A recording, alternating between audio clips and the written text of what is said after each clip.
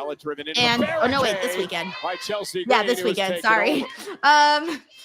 And dude was hustling, man. He was behind his table, working it, selling his merch, all of that. So he was doing well. Thank you, Infamous Verde Loco. We got CJ here who says, your boy Cross, I knew you're so excited. Piper Niven and Alba Fire should be seen. Hey, I give the benefit of the doubt, guys. Don't say I don't give the benefit of the doubt. And nothing would get accomplished. Thanks, CJ. Chelsea Green. Oh, down face first goes Yeah, Nikki. Chelsea's been woman handling Nikki in this match. Nikki Bella. The Secret Harvests are more than just personal protection for Chelsea Green. They're great motivators. They take care of odds and ends and various tasks. Like what kind? We got Mike Parker Dry Collects cleaning, here. What's up, driving. Mike? He says, glad to see so many women's matches kicking it off despite Triple H's answer about equal time. Not 100% true. And whether evolution is needed. A statement was made and noted last night. Oh, it definitely was. When you have 3 WWE shows and the one people are most talking about is the women's show, talk about a statement being made. They definitely made a statement. So yes, Mike, I do think you're completely right with what you just said right now about that. Thank you, Mike. Ooh, maybe I could break the coal mine out of the warehouse. Stephen Marchulli says a Bailey versus Tiffany program. I'd be down for that. But then again, I would probably be down for like any Bailey program. I don't think that I would be like, nah, not interested on any Bailey program. I would definitely be interested. So I feel like I'm almost cheating there. Nikki Bella left. Again, no disrespect to any women of that time period. It's just the fact that the game changes, the game evolves. Yeah, the revolution into the evolution. Now as a shout out to Carlos V, who's in the chat here. Who else haven't I shouted out at some point? Matchup. And think about this. When you're Sarah says, just shows how many commercials they have. I started at 8:30 and I'm already almost caught up. You can catch up very fast on Monday Night Raw. Has studied Nikki. Before, when I didn't do watch-alongs, I could come in like 40 minutes late, and I would catch up with the show relatively fast. But that was when it was 3 hours. So for NXT, you can show up 40 minutes late too, and you can catch up.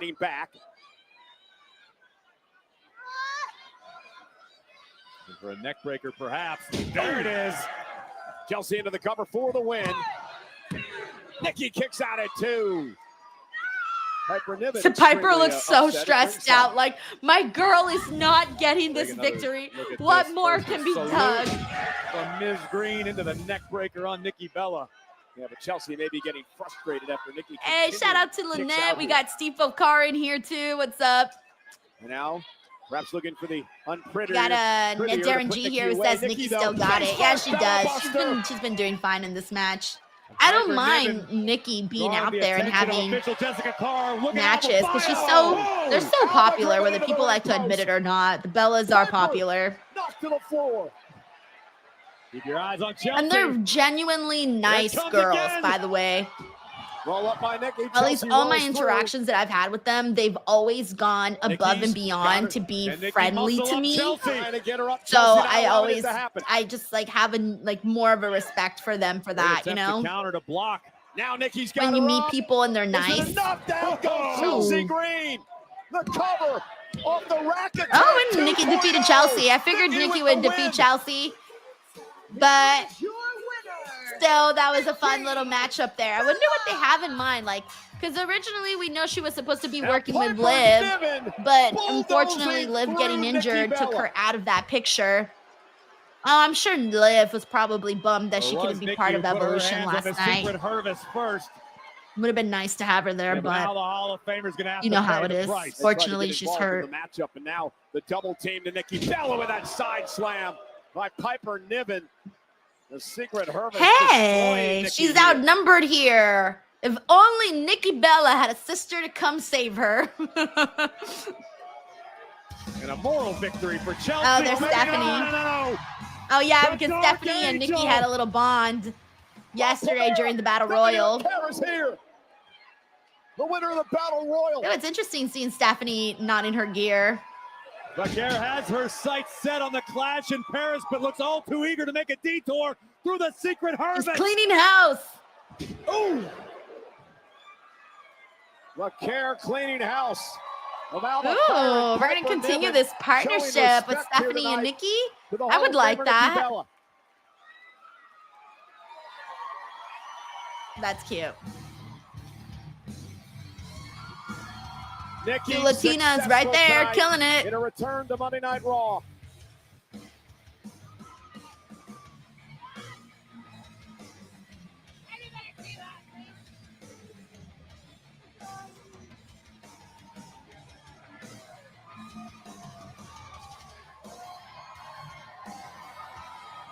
That was fun. That was fun. What's grieving in the third stage of grieving, which we're now in, bargaining. So Oh my gosh, the bargain for New our Day. rematch with this gift. Show 'em, Waller. Say it with the accent. For you, Adam Pearce, two perfectly cut, grain-fed toupees. For your No, bald not a head, sir. toupee. It's human hair. It's very hard to come by. Well, So at when least do we it's get our human hair, right? Rematch? You guys didn't give rematches, so you just don't get one. But don't worry, next week, we will figure out who the new challengers for the tag team titles are. And yes, you will have an opportunity to earn that. So His do little not umbrella's flip your funny. wings.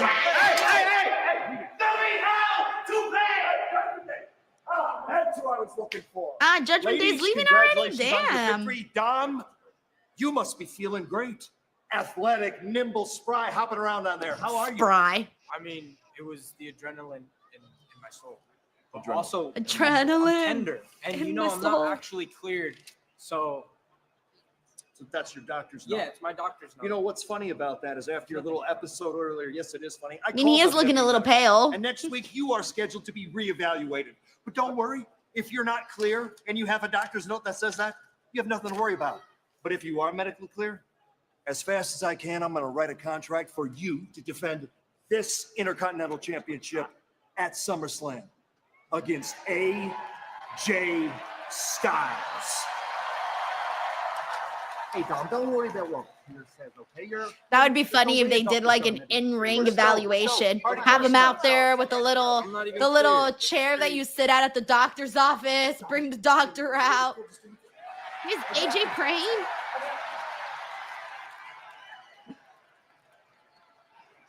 What is happening I'm not here? cleared, AJ. God, please don't let him. Everyone's out here You praying. better pay off the doctor, Dom. That's Oh, funny. there's Oh Penta. my gosh. Can Penta Shout out win to the Don Gauntlet? the Visionary. And he Dave does. Rivera He says has an no opportunity effing way. against A that dream Gunther match. for the World Championship.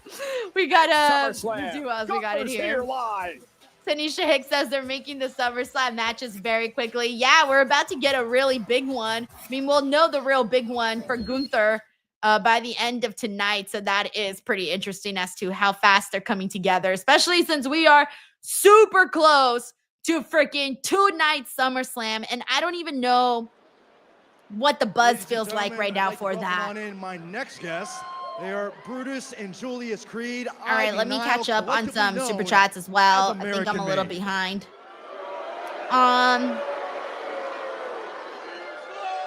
Thank you all so much for joining me. CJ Before I here get to says my it's great question, that I even wanna though take you Liv got back to a injured, there's match no last shortage week of during women for Monday Night Nikki to Raw work with. I'm that sure they featured El all would Grande feel and honored to work with her. Americano Oh yeah, big going time. one-on-one They have no shortage of Dragon women, Lee. and I think if anything, that's probably kind of scary sometimes when you are at the top of your game, you're at the top of the roster, and then you're out due to injury. You always fear like, what's my spot gonna be like when I return? But I think Liv just did such great work in the last year that she's gonna have her spot the second she comes back. Thank you, CJ.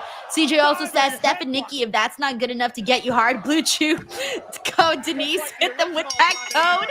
Who's got a steel plate in this match? Oh my God. There it is, guys. Blue Chew, promo code Denise. If So, Steph and Nikki now that we've doesn't just do seen it, the match, something I'd will. like to give a reaction to the Thanks, performance CJ. of El Grande Americano, but also all the rumors that are circulating about the true. It's clearly Ludwig Kaiser. Yeah, everybody knows that. Wait, what? Okay, apparently everybody does. Well, then that leads me to my They're second talking about question, which Ludwig is, as Grande for weeks and Americano. months, the other rumor was I was confused that as to what we were Chad talking Gable about. was the one behind El Grande Americano. Listen, we're not here to talk about El Grande Americano. We're here to talk about American made, all right? We're here to talk about. We got David American Primero made. who says we American need made Braun superior Dog athletes. versus American Gunther made Pig is at superior people. SummerSlam. We walk Wait, better. why We is talk Gunther a better. We're pig? smarter. We look What am better. I We're missing more- here? What am I anyone missing else. here? Chad It's not like Gable he's out told there me going oink to get oink. American made to the top. That's exactly what I'm doing. Thanks, David. We got Joe Compton here who says Stalker AJ Styles is funny. This version of AJ has some legs to it. I want to see more of it after this Dominik feud. I'm with you on that. Oh, Ivy's calling out Stephanie. Everyone is on notice. Yeah, I like him just being behind there, praying, being all silly and goofy. AJ has very good comedic timing. I know when you think of AJ, the first thing you think of is what a great wrestler he is, but he's also somebody with really good comedic timing. Where the winner will go on to SummerSlam. Thank you, Joe. To challenge Gunther. We got David Primero here who says his name is Gunther. Is the pig from Sing. We'll take you back oh, to Monday Night Raw. Yes, the little pig from Sing. I didn't know his name was Gunther. But then again, I haven't seen that movie since it came out, which was years and years ago. I think I even saw it in the theaters, but I haven't seen it since, to be honest. So I did not remember that Gunther was the pig from Sing. That's what funny. A week, ladies and gentlemen, of podcasts. Thank you, David. WWE, including. I was trying to figure out what the correlation there was to Gunther and pigs. I was like, what did I miss? What crazy Gunther lore is this that I don't know what we're talking about? McMahon and Raw recap, of course, with Megan Morant and Sam We got Spike Hunter here who says Ivy versus Steph. I'm here for that. Yeah, I'm sure that would be a fine match to do.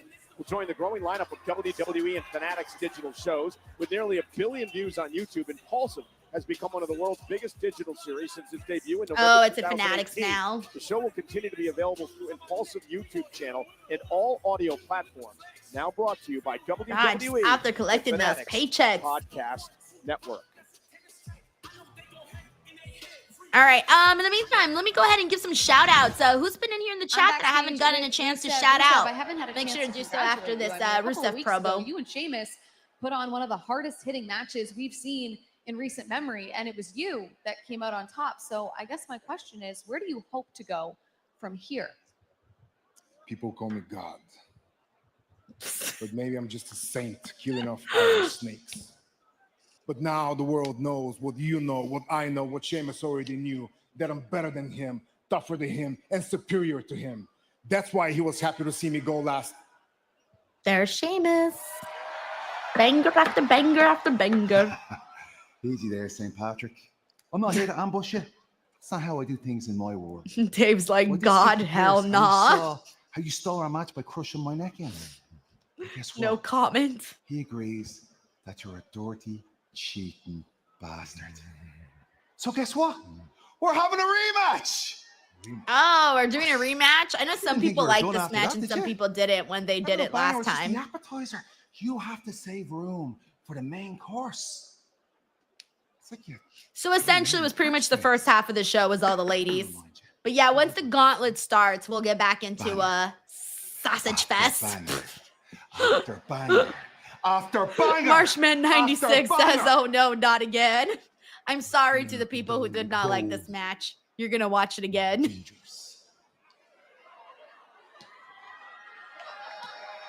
If Sheamus wants to run that back and produce another banger, sign me Joe up. Montez says, big meaty men slapping me. I thought it was a fine match, but I also get why some people didn't like it. Historic weekend, an epic 2-night SummerSlam. Like, I get it. Oh, yeah, that was my question that I was going to ask people, by the way. On a scale of 1 to 10, what is your hype level at the moment heading into a 2-night SummerSlam? Are you at a 10? Are you at a 5? Are you at a 0? Are you at a 7? Where are you at right now? I'm honestly at a 5. I feel like right now the only match I'm really like interested in is actually this women's match that was just made with Io, Naomi, and Rhea. That's so far. Oh, and then Rhea. Sorry, I forgot about Lyra and Becky. Lyra and Becky, seen it already, but I'm still interested. I know that it'll be good, but I'm still kind of at a 5 at the moment. So I could still use a little extra to push me in the direction of getting more excited. Jade and Tiffy, there it is. It's crazy. We're getting all of our SummerSlam matches like right now. SummerSlam. Let me see. We got Saeed Din Super here. Says Triple H says WWE must be fun. Why is Rusev on my TV? Oh my gosh, so funny. Poor Rusev. I thought he would have a much better time coming back. All right, Dave says he's at a 10. Don is at an 8. Kyle's at a 4. Infamous DJ's at an 8. Manuel 5. Luchu 6. Lee 6. Marky 4. Dave 10. RT 7. Nelson 5. Kevin 5. Bryn 9. Zach 10. Andy 4, Angel 2, Henry 6, Spike Agree 5 to 6. Lewis says we get a big EO match, so 10. Stephen Marchuli says 7. Tiger says my hype level is negative 10. Aw, there's got to be at least a number, positive number there for you. Lee says 3. Paul says 7. Melissa 7. Davion says these SummerSlam graphics are awesome. Spen Big says 6. Chris says main event 10. David 5. Raphael 6. Let me see. Hey, what up, Mike Damon? What's up? Let me see what else. Andy says if it was one night, 6 or 7. Well, 2 nights, 4. Has recovered enough, and he is going to be a guest host of Jimmy see, like this is exactly why. Like, look at that. Jelly Roll's gonna be on Jimmy Kimmel Live with Randy. None other than the Viper. So obviously, it's gonna draw some more attention, which is why they're doing it. All right, what else we got here? Tracy says less now since Seth is hurt, Sammy's missing, and Jay, well, not sure. Yeah, that's true. If you're a fan of all those guys, you still have a lot of question marks up in the air. Let's see. Dave says Lyra and Beck rematch 3. Lol. Jordan says 5. I'm used to a one-night SummerSlam. That's fair. Let's see. Melissa Cabello mentioned Cena and Cody Part 3. Oh no, she's saying, yeah, okay, I got it. Uncle Donk says, how are they going to build 2 nights of matches in 2 weeks? So, I mean, we already got quite a few right now, so I'm sure we'll get some more pretty soon. The main event. We got T Set in here who says 3. The 2-night events, I'm afraid, will take over the big 4. We also got Terrell who says 7. Tony's at a 0. Big's at a 7. Okay, I'm saying most people, I think most people are at a 7 right now is what I'm seeing. This WB girl says 10. Hall of Famer, an unforgettable night. Jay Grouse, well, you're crazy. He says, Denise, can we get a Jelly Roll cosplay for SummerSlam? Jay Grouse, what are you smoking? That you asked me to do a Jelly Roll cosplay. What are you on, my friend? Championship 2 weeks from Saturday and the epic 2-night. Oh, man. We got Denisha Hicks is at a 5. KJ's at an 8. We got Infamous Rare Loco who says, who has the petition to have Denise Salcedo on a Fanatics platform? She needs them big checks. Also, love the look as always, Denise. I'll enjoy wrestling. So looking forward to the 2-night SummerSlam. I do need them big checks. Come on, Fanatics, call up. Although I feel like if you were on a platform like that, they would probably make it so that it would be like much more polished. I'm not really sure because I don't watch any of the podcasts that they promoted, so I don't really got nothing to add. Because I am in a great mood. Thank you, Infamous Raider Loco. All right, let's see what Gunther has to say. Because past Saturday, he's in a good mood. Saturday night's main event, der Ringgeneral, retired Bill Goldberg. Yeah, he's got bragging rights today. He retired Goldberg.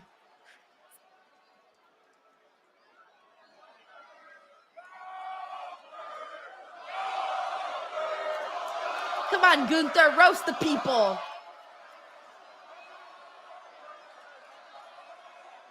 Well, I know you guys down here are not the brightest, but once again for you, Bill Goldberg is not here tonight. He's not coming.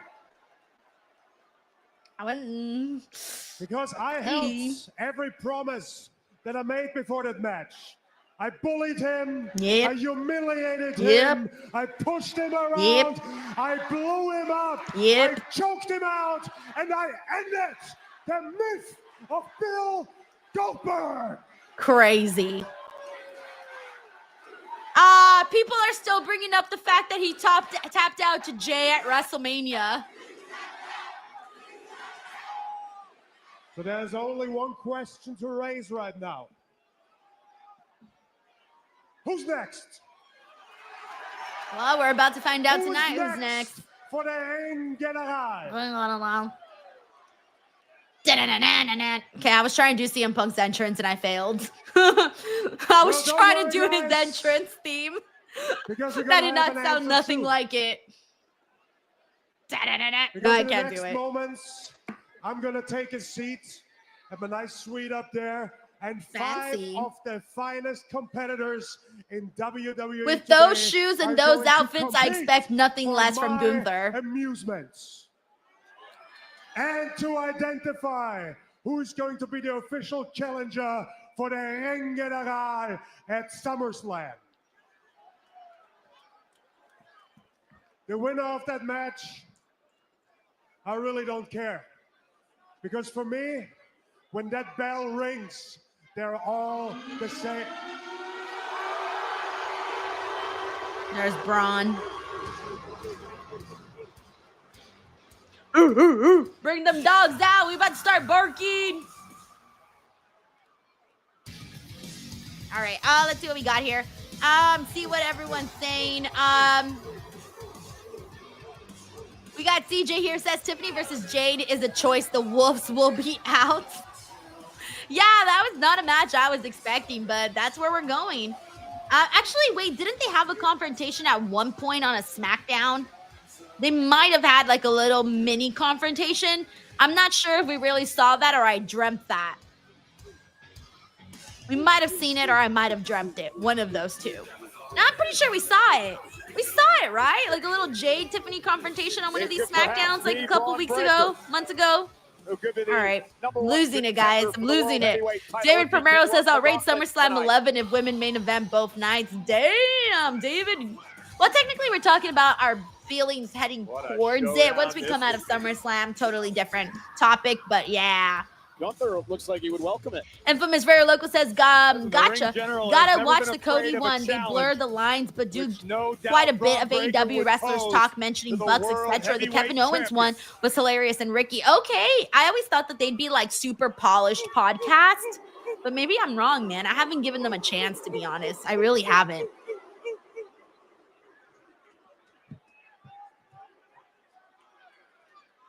Thanks, Zeno Hour says they had a match, but Naomi interfered. Thank you. I knew I couldn't have been dreaming that. Chris Robbins says I never dreamed wrestling. Chris, I have in the past. I've dreamt shit, and I'm like, whoa. Is Paul Heyman. Hey, look at Paul Heyman with that pretty blue tie.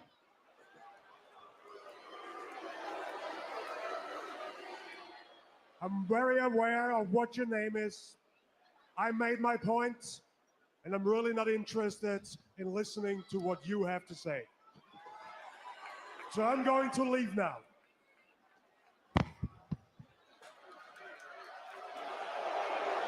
Damn, yo, this is a match right here. Stick around. This is a match. Sign me up. Take my bank account. Tonight, Braun Breaker runs the Gauntlet, becomes #1 contender, goes on to the main event of SummerSlam, where he's going to beat you for the World Heavyweight Championship. Take my account number, my routing number. Let that thing go. Sign me up. I saw how you beat Goldberg on Saturday night's main event, but you haven't been speared until you've been speared by Braun Breaker. Yes. Let me make this only the freaks clear. want this match. Braun Breaker and I'm feeling is the next big thing. Braun Breaker is the big dog. No. Please don't bring back the big dog this stuff. is Braun Breaker's yard. You're not looking at just another contender. Do some different words. He's a Steiner. Except they don't actually use the Steiner name. So you know what that means? He's going to break through every barrier that's put in front of him. He's going to break through the glass ceiling in WWE, and he's going to break your ass at SummerSlam. Damn, break your ass? All right, pause. There's going to be pause. a new world heavyweight champion, a long-term world heavyweight champion at SummerSlam, and his name is Braun Breaker.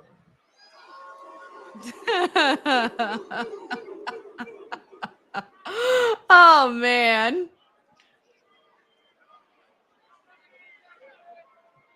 The Short King the Goat says, hey, yo, for real. So I was like, yo, Paul, we're taking this a little too far. Uncle Dong says, I think we found night one of SummerSlam. Jonathan says, pause. Yeah, exactly. Time out. Let's take a breather. Paul Heyman does have a strong history of prognostications. Although I definitely glitched. I mean, I twitched and glitched when he said the big dog. Okay, we're on to the gauntlet, guys. By the way, here we go. We got some more comments in here. This is from Stephen Marchuli, who says Tiffany versus Jade could be interesting for who the fans cheer for. Yeah, I think it'll definitely be maybe a little bit of a split crowd. But who knows? Maybe, I don't know. I feel maybe people are more bigger fans of Jade. I don't know if I'm right on that assessment. It feels like maybe Jade's a little bit more popular, but I could be wrong on that assessment. They might be neck and neck. We got thank you, Steven. We got Uncle Donk here who says, how do you feel about Becky taking over on Sapp's Row? It would be interesting. I wouldn't be against it. It would be new, fresh, so I wouldn't hate it. Thank you, Uncle Don. Infamous Raider Local says, if you have time for a few Ricky Saints and Kevin Owens are fun. They have a lot. They talk a lot about Kevin's knee situation, but also how Kevin gave him Buck's number. Okay, that sounds like something. Well, also because I know Ricky and Cody are friends, so I could imagine that the best conversations are always with people that you're actually friends with. Thank you, Frank. We got CJ here who says, I think when people thought Jade will win, then Naomi cashed in. We was like, cool, now that's out the window. The hype for that match has now plummeted. Well, I thought that was going to happen, remember? But then everyone said, no, it's got to be towards your brand. Seth Rollins has until next June to cash that in. I mean, they have plenty of time to get things heated up a lot more between Jade and Tiffany, and that's what they're going to have to do in the next few weeks. Thanks, CJ. We got David here who says Braun Breaker equals Paul Heyman's baby daddy. Hold on. Braun Breaker equals Paul Heyman's baby daddy. I need to read that at least like 3 more times, David. Oh, God. Thanks, David. We got T Sutton here who says, is he setting up Braun versus Roman at SummerSlam? I mean, what is Roman going to do? We thought he was going to face Seth, and if Seth is legitimately injured, then who the hell knows? But if we were to get Braun and Roman at SummerSlam, also, we need to find out what the hell, we really need to find out what Roman's doing soon, because the clock is ticking, and ain't no way that man can't be on that SummerSlam card. At least I think he definitely needs to be on it. Thank you, T Sutton. All right, here we go. Gauntlet time, baby. All right. Pentas Cunty Walk incoming. Also, I really need some water, guys. So I'm probably going to run to the kitchen, go get some water, and come back. So what I'm going to do is y'all can time me. Y'all can start the clock and time me and see how long I take to actually run to the kitchen. All right, as soon as Pentas Cunty Walk is over, I'm going to run to the kitchen. With a rivalry with this man and over the past number of months, but perhaps a match. Can't miss the Cunty Walk. In the opening match of the Gauntlet match here tonight, an opportunity to perhaps earn his first world title opportunity in WWE. All right, I'll be right back. I'm going to go grab some water. Hold on.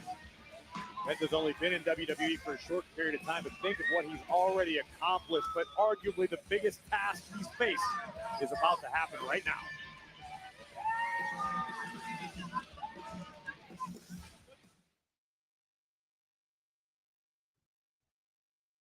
SummerSlam is coming to MetLife Stadium in East Rutherford, New Jersey. JETS Jets on Saturday, August 2nd. I was supposed to run, but then I ended up walking. I started and I'm like, I'm going to walk. I was about to run to the kitchen and I was like, whatever. I'm going to walk. All right, I hope I didn't take too long. Alabama. Did I take too long? It is time for our main event, the Gauntlet match, to determine who faces Gunther for the World Heavyweight Championship. Bro, I was thirsty. For the last 1 hour and 48 minutes that I was on the stream, the whole time I was thinking about water. First 2 slots in the running. Infamous DJ one says about 20 seconds. Sweet, because I walked. So had I ran, it would have been 10 seconds. Everyone says 25 seconds. Oh man. All right, let's see what we got here. Juice to provide tonight. Joe Compton says, here's my Stakes at an prediction all-time order for this high. match.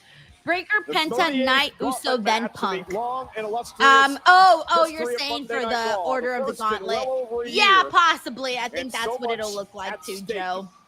I'm pretty keen on your Extremely prediction curious order. to see what sort of I have strategy Braun no Breaker arguments employs against in it. this gauntlet match. This is a young man. David here who says, thank you, Joe. utilizes David says, his SummerSlam will explosivity, be all his women's power matches game with the to two his advantage confirmed regularly. matches. But how does Braun fare Imagine in the that'd be endurance funny. department? We haven't really seen Breaker tested Thanks, David. in a long-term match like tonight could be. Great point. Braun Breaker, who beat Sami Zayn last week, put him on the injured list, trying to earn his first world title opportunity here on Monday Night Raw. Last year, of course, at SummerSlam, Braun Breaker won his first championship here. This will be The fun. They Intercontinental tend title. to have. I like Let's whenever we another get title match this year as Penta Braun starts and things off against Braun Penta. Breaker. Probably a wise decision here by Penta. Yeah, you want to grab the upper hand against Braun Breaker by any means necessary. Smart strategy Any by means Penta. necessary. But again, All right. I'm curious to see what sort of strategy is Oof. employed by Penta, who loves to push the pace. But let's be realistic. The Tiger sort of Claw pace that says, is benefits this the Penta only is not men's match sustainable tonight? in a gauntlet match. Yeah. And the power of Wait, Breaker. yeah. Hold on. Did I miss anything? No. I think Yeah, both this is these the only guys, the men's answer match is as to of. try to get through this first call Yeah. as quickly as possible. I didn't even Whether it be a realize quick that flash till you pin, said it. A knockout shot, whatever it is, you want to get out of here Because as fast as possible and see who's next. The only other men's, real big think that men's the segment. I mean, injury we to got Seth some Rollins, and backstage again, we stuff don't with the know guys, severity of it but yet. Do you think that there injury was is weighing the on mind of just the Braun Breaker Goldberg at all as he segment. heads into this gauntlet match? Absolutely not. You heard Paul Heyman earlier. It's too quick to provide any sort of detail. But what Heyman holds in his hands is a guarantee. It is a surefire thing. The Money in the Bank contract belongs to Rollins until next June. I think Heyman said, Braun, the chance is yours. SummerSlam is yours for the taking, and that's all Breaker's focused on. Yeah, but Penta wants to head into his first SummerSlam with a championship. All right, here we go. opportunity Let's get some crossbody action going. by Come Penta. on. And Penta burst on the scene in spectacular fashion here in WWE. World travel. Let's see. Who do you think's gonna advance in this? I'm pretty sure it's gonna be Braun to advance. Right now, I think he'll beat Penta here. Penta's had an issue Every time Braun, every time he does that, I swear to God, it's one of those things. Like watching Braun run the ropes is one of my favorite things. Every week. Being run over by a Mack truck in the center of the ring. We got Eric Diaz who also says Braun. Yeah, at least for right now. I still think Punk's winning the whole thing, but at least for right now to advance, Braun. And Penta now gonna fly up over the top. And Penta flies. Down goes Breaker. Penta in control.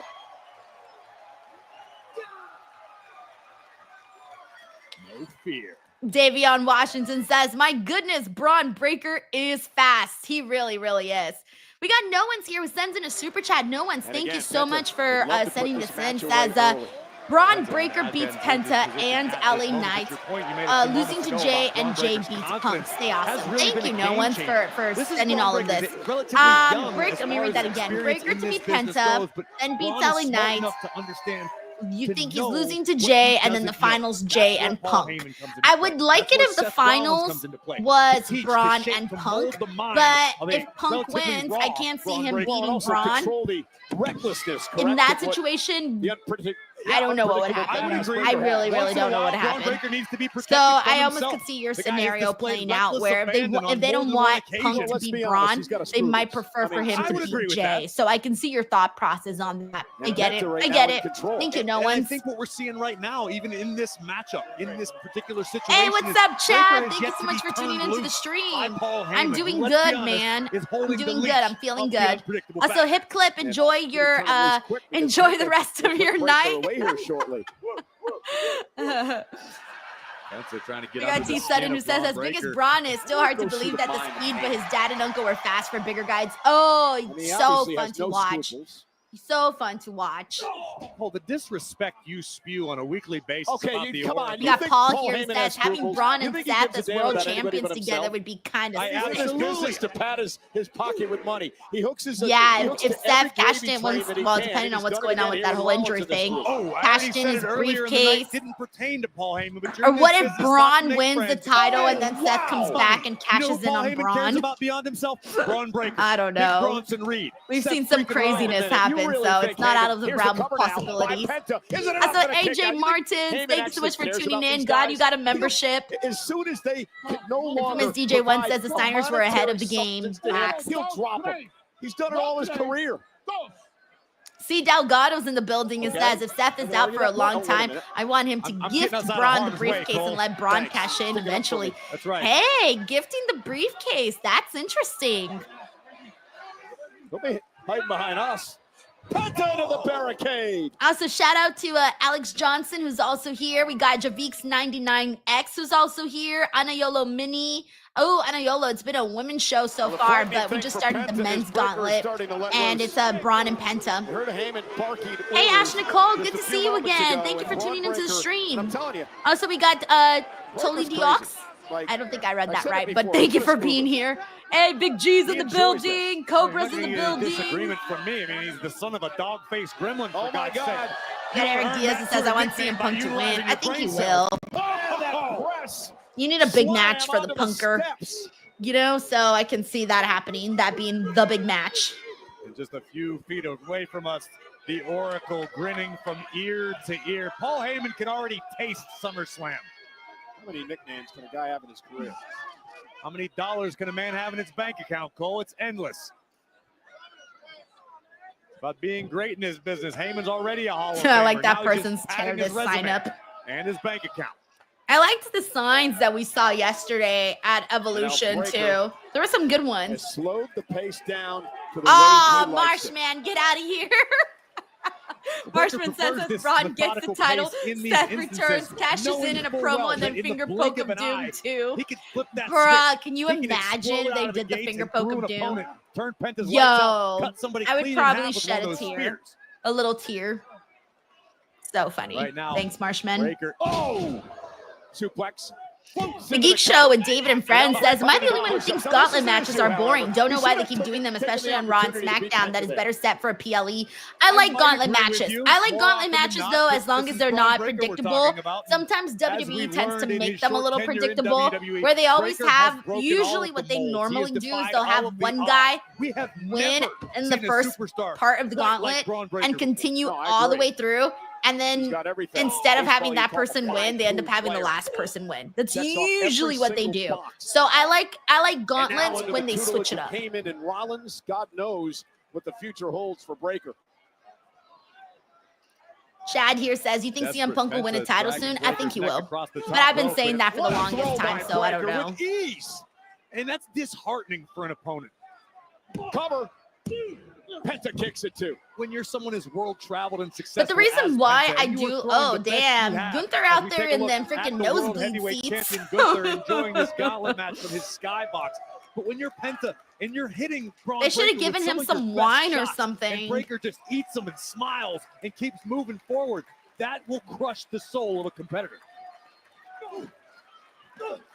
Oh yeah, so what I was gonna say, what I do like about gauntlets though, is that I do like it when you get to see people. Another throw by Breaker. I like the quick spurts of matches. That's what I like. Of Cero Miedo. Marshman 96, he looks so lonely. He does kind of, honestly. I think Penta's best bet in this He circumstance does look to try lonely. and take to the skies, but tap out. Hey, maybe that's the next best Lonely. I'm so thing. lonely. Things about to go from bad to worse. For Penta. Gunther's got nobody to call his own. And Penta looking to rally. Went to the knee. Smart move by Penta. Sling blade. Face first goes Braun Breaker. Nice. Penta Gary in the corner rocks the brain of Breaker. Oh, right to the chest. Drive all the wind out of the lungs of Braun Breaker. In a gauntlet matchup where exhaustion is almost always a factor. Oh, man! You need your full lung capacity. Cover to advance in the gauntlet match. Breaker kicks it too. Oh my gosh, Gunther looks so bored. He's like, have you ever known Gunther to be impressed by any other superstars? We look he's at like, again, damn, I could have been in the back, chilling and catering. Chilling. Impressive to the WWE universe. Gotta be out here in this draft. With this draft in the air. That's funny. An explosive knee. The sudden impact of Braun Breaker. Eric Diaz says Gunther's gonna cry. Tanisha says Gunther looks bored. Big G says who needs friends when you're champs. Facts. Breaker was able to counter. Springboard spear! Oh my God! Springboard and a spear! I missed the spear. No. Boo. I missed that part. All right. Eliminated. When you can impress the all right, well, Braun moves on as we predicted. You deliver a spear. Okay, LA Knight is next. Unfortunately for Braun. Wait, what was hold on? We had some people send their orders in. Let's see if they were right. That is why it was not the okay, Joe Compton. Joe Compton's orders is so far right. As long as Jey Uso's next, and then Punk, Joe's order will be on point. LA Knight. And so is no one's. No one's order is also on point. So far, Joe and no one's got their. So far, they have their normal predictions. If he wants any chance of getting past Breaker. Yeah, the win over Rollins is Saturday night's main event. He's never competed LA Knight for all right. the World LA Knight and Braun. Gunther has an opportunity if he wins the gauntlet. I like that they're barking for Braun and for LA Knight. Yeah. That was fun. Knight whipped across the corner. Oh, it explodes. That's a workout though. Two totally different sounds to make. Intimidated by a man like Breaker. And a block by Breaker. Look at the power. Oh my God! Oh my! LA Knight though lands on his fade into a neck breaker. Great move by Knight. What the hell is LA Knight doing? Thriller? To mock the badass, covered by Knight. Dun, dun, gets the shoulder up. Dun, dun, dun. I thought LA Knight was about to do Thriller. Knight so explosive. I'm so stupid. Personal issues with Braun Breaker. All right, did you guys notice that when LA Knight did this? Have made Knight's life hell recently. I was literally waiting for this. This could be for the megastar. I'm surprised Heyman didn't rig the All right, that was my favorite part of all of Monday Night Raw right there. That little moment right there. Right there. Well, LA Knight Mike Gunther says I thought the same thing, Denise. Hey, what up, Adrian? Shoulder first into the post. Eric Diaz is like Thriller. Great offensive strategy. I was not expecting to be thinking about Thriller right now. That the freaking song stuck in my head. And Breaker now rolling. RT says LMAO, LA doing his Braun impression. And this is a strategy Penta really wasn't able to employ, trying to pick apart a body part from Braun. Oh, look at the power. Oh, it's paying off. LA Knight. Ooh, going after that arm, left arm of to the post, Breaker up over the Braun. into an announce table. Great strategy by the veteran LA Knight. LA Knight looking to pull out all the stops here. Ay. Both men bounce off the announce table. Breaker's Infamous down. Radio Selko says, now let the IWC burn to the ground, have Jey Uso win. Yo, I'm telling you, we have Jey Uso versus Gunther again. And now Braun Breaker's skull being dribbled. I don't even know what to say. I'm getting out of the way, Cole. I have a feeling it's going to get even uglier. I will have no words to use. Knight has been aggressive since the start of this match with Breaker. Well, this isn't LA Knight's first day of school. Bang, Breaker. The megastar. Thank you, Infamous Rider Loco. He knows what he's dealing with. LA Knight knows what he needs to do to head to SummerSlam. Oh, now the LA Knight driven ribs first. Now remember, ribs have been an issue for Knight over the last few weeks. Tsunami, spears, not 100%. And now Breaker dropping him on the ribs yet again. Those ribs are about to become a full-blown subscription. The issue is going to get even worse, courtesy of Braun. Oh, Sucho says spooky season is 3 months, Lisa. So Thriller vibes are in the air. Breaker. Oh, God, I don't even want to think about how it's already going to be fall. Like, what? This year just started. Ooh, yikes. Ouch. LA Knight just went capiche. The Capuche. Achilles heel of LA Knight. Infamous Raider Loco says we would see a Denise crash out, epic numbers. Honestly, yeah, I'd probably crash out. Although I hope I don't crash out. That'd be terribly embarrassing. Oh man, thanks, Frank. Infamous DJ1 says fall is my favorite time of the year. Mine too. I love fall, but I just feel like this year has gone by too fast. Like slow it the hell down. Slow it down. I'm not ready yet. I still remember the end of last year. Feels like yesterday. So no, I'm not ready for this year to be over. Not ready. And you wonder why the Oracle Paul Heyman is of such value to a young gun like Braun Breaker. Are you trying to get a job with him? I might. And he says I liked Eli Drake needs the dummy button back. Dummy. Yeah. And LA Knight really suffering here. The official Future says almost a road to WrestleMania again, Lisa. Yo, for real. Pretty soon we're going to be talking about the fucking Rumble. I'm going to blink and it's going to be Rumble time. In the moment since he has control of the match. Hey, David, thank you for the kind comment. Welcome to the watch along. Jared Thomas says, please don't crash out, Denise. And I guarantee you that's oh man, the day that I finally crash out will be so embarrassing. By Rollins, hell, even by DJ here says if Jay wins, my hype for SummerSlam drops drastically. How sad. But yeah, like Infamous Raider Loco here said, the IWC will burn to the ground. So I totally see this happening. Thanks, CJ. I'm not saying it's going to happen, though. I don't think Jay's winning this. Very important. You're absolutely right. Hey, John, he says, hey, Denise, I'm doing another quick pop-in. You're the best. Have a great night. John, enjoy your Monday. Get some sleep. Able to quell the momentum. The Geek Show says, I'm already ready for Evolution 3. Hey, you and me both, bro. Let's go. Kidney first. Yeah, the midsection being attacked by Braun Breaker. Is Paul saying, oh my God. Confidence you talked about, Cole. Braun Breaker is smiling. Oh, thanks, Brandon. That's very nice of you. In his second match of this gauntlet. At least two I like more Paul's opponents. commentary on the Braun outside. Breaker wants to win this thing. They've been telling LA Knight to tap out, stay down.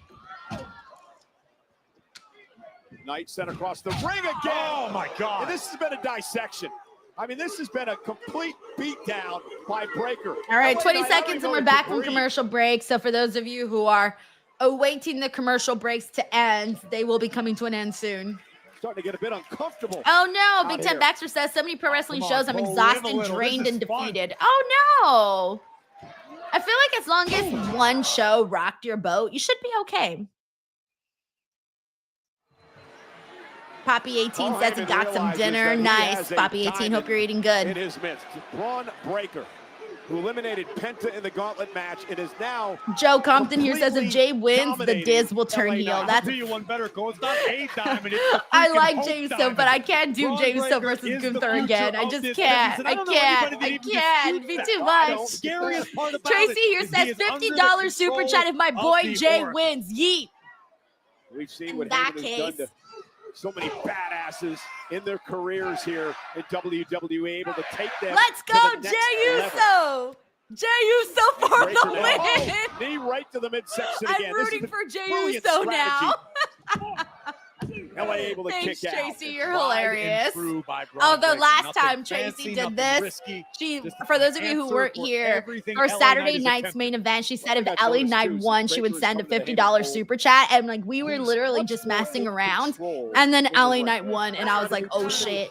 And Tracy did send in the $50 super chat. So that was completely unexpected. Unexpected. So funny. Thanks, Tracy. Heyman and certainly Rollins. David Primero here says, you know what, actually, in honor of Chelsea Green, I'm going to start calling David today David Primavera.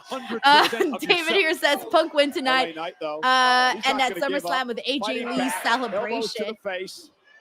Wow, we're dreaming big, guys. We're dreaming big. I'm surprised she didn't make a little cameo for Evolution. I think a lot of people would have loved to see that, but who knows? She really seems like she might just not.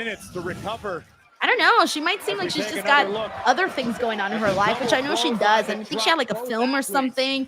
So she seems pretty preoccupied with other things. This is a critical point in this match. Thanks, David. Breaker beat Penta, looking to beat LA Knight in advance. Knight looking to advance in the gauntlet. Left hands for the southpaw.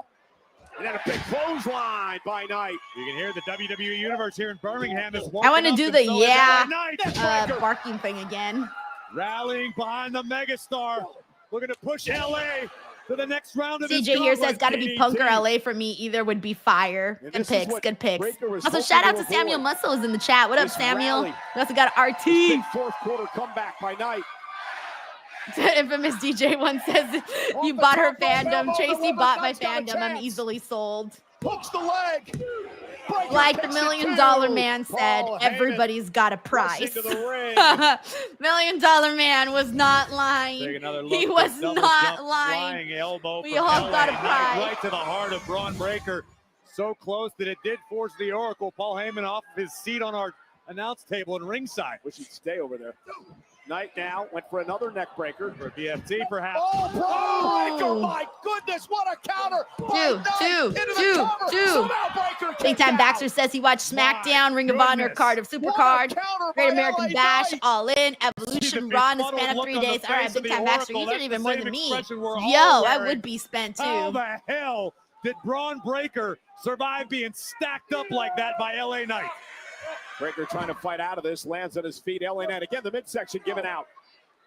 Knight just doesn't have any core strength right now with the possible rib injuries. But I think LA Knight hurt Braun Breaker. Breaker has almost a glazed over look in his eyes. Yeah, trying to fight out of this. I think he raked the eyes. Did he rake the eyes? I think he might have. Doesn't matter. There's no disqualifications in the match tonight. Ooh, 2 knees to the gut. That gut buster could be the prelude to something very bad for the megastar. Let's go, Braun. It be a pinfall or submission. Breaker. Fans, thank you for coming. LA Knight, see you tomorrow. Who's next for Toodaloo. Breaker in the gauntlet? All right, if Jey Uso comes out, then so far everyone that had sent in their order predictions is going to be right. If Jey Uso comes out next. And Jey Uso did come out next, which means Punk is last, which means that everybody pretty much predicted this exact same order for the gauntlet. We also got Bagel Gasquez. Hey, what up, Bagel Gasquez? He says, if Rollins is going to be out for longer than 9 months, I kind of want them to vacate the case. Yeah, someone said of the idea of like him, Seth gifting the case to like Braun Breaker or something. But if it's 9 months, I think he still has a good time though, like to come back and cash in. But again, it's really hard to know, honestly. It's really hard to figure out what exactly is going on. I mean, there's now conflicting. Oh, look, Braun's got his water.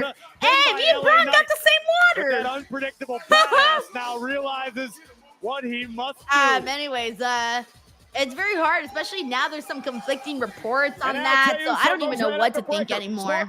Thank you, Bagel Gasquez. Showing the wear and tear of the first 2 matches. Omar says if you can't beat him, join him. Facts. Opportunity at Gunther at SummerSlam. Jey Uso uncorking a heavy right, sending Breaker. All right, Jey Uso coming in, all gas, no brakes right now. Here he comes. Oh, Jesus. They have a suicide dive with full speed. The fresh Jey Uso wants to run it back. Oh my God, we're really doing another celebrating yeet thing in the middle of the match. I don't like this at all. That's funny. They really took the time to do another one. And we're gonna go to commercials, but I'm gonna leave it on. They're gonna do it the whole commercial break, I think. But on the bright side, this does give Braun Breaker a little bit of a breather since he's been out there the whole time. Bagel Gasquez says, I'm kind of just, it just kind of ruins the fun if there's no threat of cash-in for most of the year. But then again, once it actually does happen, though, we're all going to be really excited, especially if it happens at an unexpected moment. Like if you don't expect when Seth is going to come back, his return would literally be a cash-in.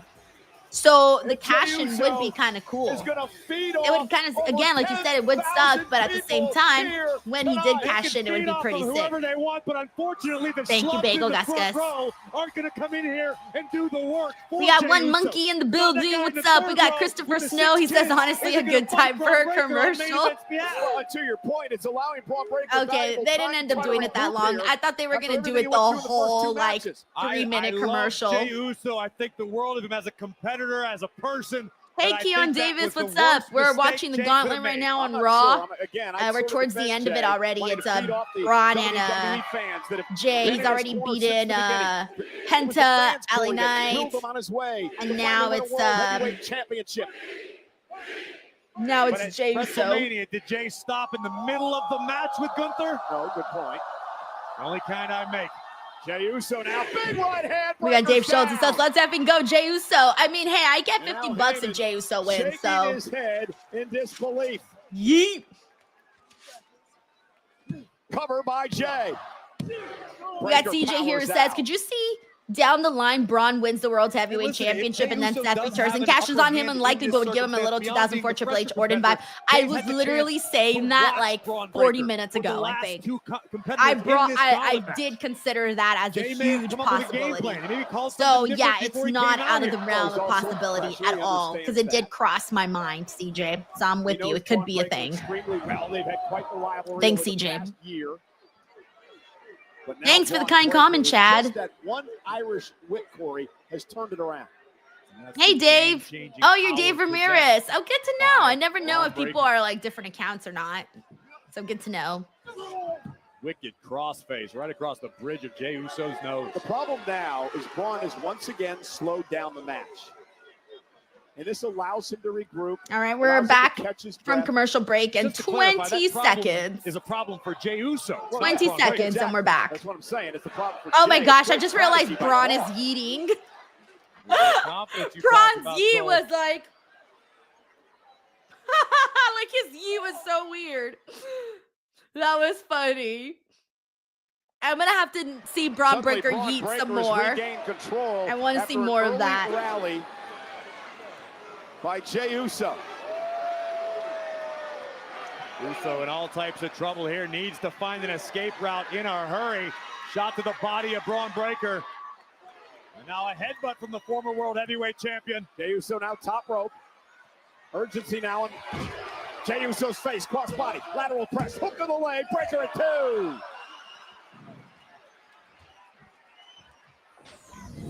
Let's take another look oh at man, this I forgot that Gunther was still up on the freaking skybox, looking all sad and shit. Flying cross body on the money. Yo, I'm still not gonna get over how sad Gunther looks. Too much left in the tank. I'm not sure how much more he has left in the tank though, as he collapses in the corner. This is the third match for Breaker against 3 top superstars here in WWE. Jey Uso backing it up into the cover. Hook of the leg. Breaker kicks out again. Corey described how grueling it is to have 3 back-to-back matches like this against world-class competitors, former champions. Well, I've never tasted anything resembling success quite like this as we look again at Jey Uso backing it up.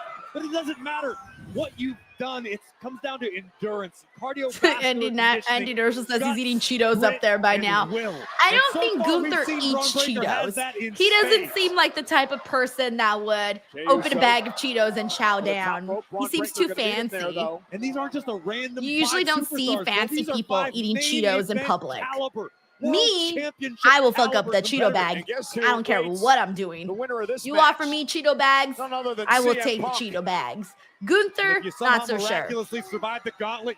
Your gift, a date with the Ring General at SummerSlam. Yeah, one of the most dangerous men I've ever seen. The man who retired Goldberg this past weekend. And Breaker can still do that. You gotta be kidding me. Bye-bye. Frankensteiner. Cover now by Still think it's a 2 right there, though. Yep, still a 2. Infamous Rare Logo says, like Naomi, last night, Seth returning for cash-in before would be epic. Show Heyman without briefcase, planting the seed, Seth coming soon, then boom, cash-in by Seth. Yeah, that's true. You can also use Paul to plant that seed. Yeah, you're right. I didn't even think about that idea. But I do like that idea of Paul maybe always like having that briefcase because he has it today. He was holding on to that briefcase today, so it could work. Henry says, Denise, someone give him a steak. Yeah, he's a steak kind of a guy. He's a steak, potatoes, vegetables, and wine kind of a guy. And a spear from Jay to Braun. Spear versus spear. I like Paul's face. Paul's jaw is like. How poetic would it have been? All right, Jay's going to the top. Jay's going to the top. Making the climb. Oh, no. But there's Bronson Reed. Come on now. There's no disqualifications, but come on. Yeah, I think Braun will finish off Jay here. So I think we will get Braun versus Punk. Spear. Okay. Uno, dos, tres. Sorry, Jay. Oh, there goes my $50. Rip Denise's bank account. Big we got Joe Compton here who says, I'm going to throw a monkey wrench into things here. If anyone besides Jey Uso wins, I will match Tracy's promise super chat. He said, if anyone besides Jey Uso wins. Oh, but you sent that in. I read that afterwards, Joe. So don't worry. You're off the hook, bro. You're off the hook. Thanks, Joe. I should have read that sooner. David Pervero here says, I feel bad for all the injuries, but seems like WWE completing all parts of the body from Kevin's neck, Gable, and left shoulder to Steph's knees. Yikes. Oh, David, I didn't even think about it like that. Oh, man, that's brutal. Yeah, a lot of injuries. Hey, man, that's the name of the game, right? Thanks, David. T. Sutton says there goes Denise's $50. Oh man, Tracy says, okay, so maybe Jay versus Bronson for SummerSlam. Yeah, you're on to something, Tracy. Quick thinking. It did cost him that, so possibly. Oh shit, I thought Braun was about to go right in and spear Punk.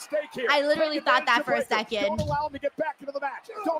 CJ Savage. He says that's generous calling what Jay does a spear. Savage. All right, here we go. Punk and Braun Breaker. Oh, commercial break. Oh, wait, don't worry. Don't worry. I always forget we got the VPN on, so we'll still be able to. If you have commercials right now, you'll still be able to hear what's going on. Did to CM Punk stabbing him in the back. Tiger Claw Gaming says Braun's got to be gassed. He's been out there for almost an hour. Yeah, no, I think it's been 30 minutes. Yeah, it's been like 30 minutes because I started my recording on the back end for this match, and my recording's at 30 minutes. So this has been about like 30 minutes. Braun Breaker beat Penta. He beat LA Knight. He beat Jey Uso. Dave Schultz says, how do you know when there's breaks? So I know when there's breaks because, well, they tell us they're going to break, but then there's like a little black thing that goes in and out, like a little fade in, fade out. And then I have the clock here. It tells me when the show is coming back from commercial. So right now it'll say back in 1 minute and 40 seconds. So that's how I always know when the commercials are going to end and when we're back. Although if I don't look at the little clock, then I won't know. But they do me the generosity of showing me the clock. Punk knows it. Joe Compton, what? He says, forget that. I ain't off the hook. I'm a man of my word. I threw in a little extra because you deserve it. You deserve it. Joe! Oh my God, you're too nice, bro. You're too nice. Thank you so much. I wasn't expecting this, honestly. Like, I was not expecting this today. I was just not expecting it. So, Joe, thank you so much for this super chat, dude. Thank you, thank you, thank you, thank you. Can we please give some love to Joe in the comments, guys? Please, like, throw some W's in there. Some nice emojis for Joe Compton because he didn't have to do that, and he did, and that's freaking awesome, man. Thank you, Joe. Seriously, thank you. Thank you so much, Joe. Seriously. Wow. I'm just like, every time it happens, I swear, every time it happens, it just blows my mind. Like, I can't believe people are this nice, honestly. Joe, thank you. Punk lining up the opposition. Here he comes. Right over our announce desk.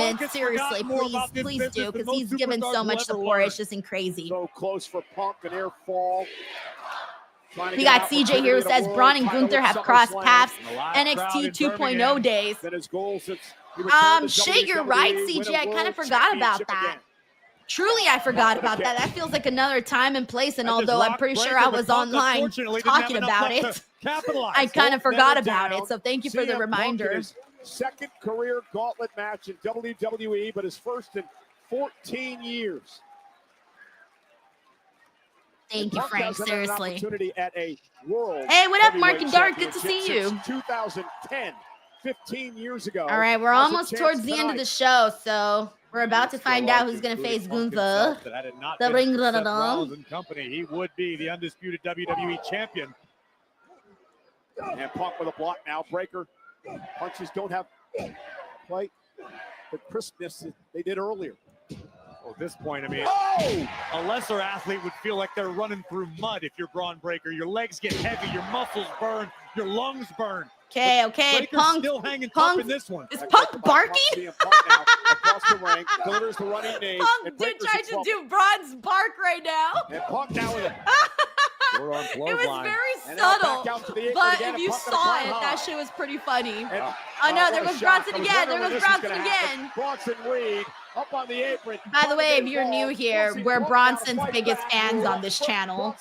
This is the Bronson Reed fan club. Punk was ready. Now perched on top once again. Okay. Go for it, Punk. Go for it. Okay, he got it. Is it over? 1, 2. Nope, not over yet. I thought you're going to have to do a little bit more than that to take out Braun. Wait, did Braun tap? Oh, no. I was about to say, did Braun tap? I saw his hand open up, and I'm like, oh, shit. Braun Breaker somehow trying to hang on. Punk's got the vice. Oh, wait a minute. This is so 2-on-1. Oh, wait, is this going to end in DQ? Oh, yeah, there's no DQ. Never mind. Oh, shit. He's about to fucking flatten out CM Punk. Oh, no. He's about to squish CM Punk like a Pepsi can. All right, never mind. Jay's going to come help out Punk. Punk's got some backup. Main event, Jey Uso, beaten and battered, coming down to get himself some. Bad ribs and all, looking to come to the aid of the Second City Saint.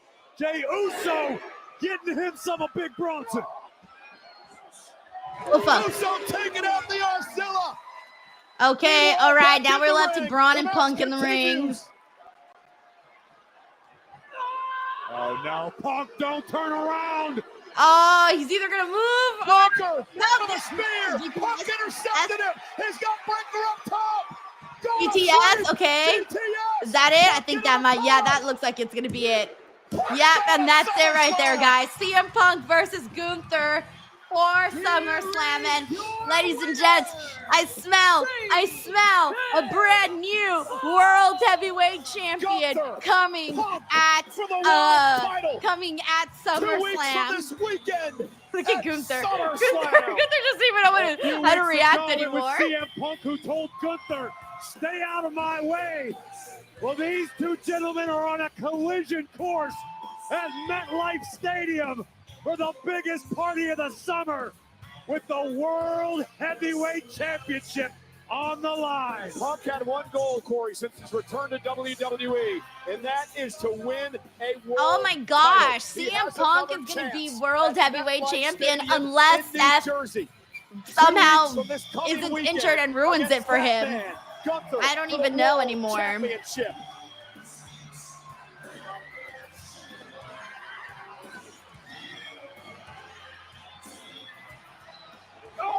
Oh, there's Bronson. Bronson Reed ambushing Punk as Punk had his attention turned to Gunther, and now Jey Uso trying to come to his aid.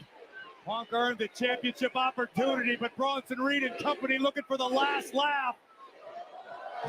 Jey Uso coming to the aid. There's Braun CM Punk here on Jay.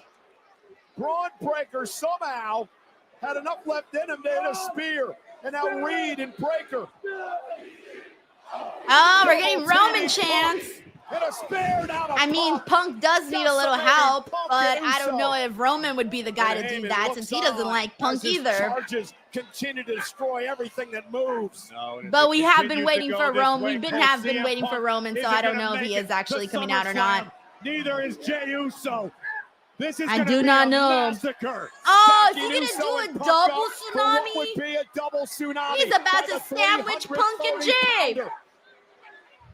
And there it is, guys. Roman Reigns is back.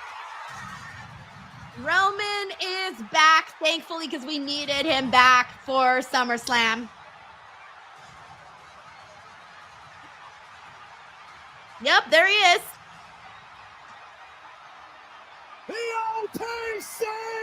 Damn, look at that reaction for Roman. Holy shit. Bye, Brunson. Spear versus Spear again with Braun and Roman. Red Roman's cleaning house. Cleaning house. Cleaning house. Oh, shit. Bye, Bronson. Superman punch! This place has come unglued! Oh no, not Bronson Reed! Sorry, Bronson. Now that was a meaty spear right there. Roman cleans house, everybody. Cleans house. Breaker speared him and aligned himself with Rollins and Heyman. We got Zach here says, so Jey Roman versus Braun at SummerSlam. I mean, we could see Roman and Braun Breaker. I don't know. Okay, he is shaking hands with Jey. That's nice.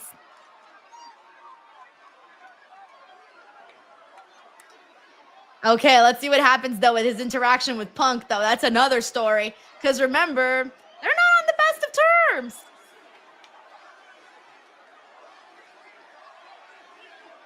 Damn, this was a really good episode of Raw, by the way. Like, legit, a really good episode of Raw.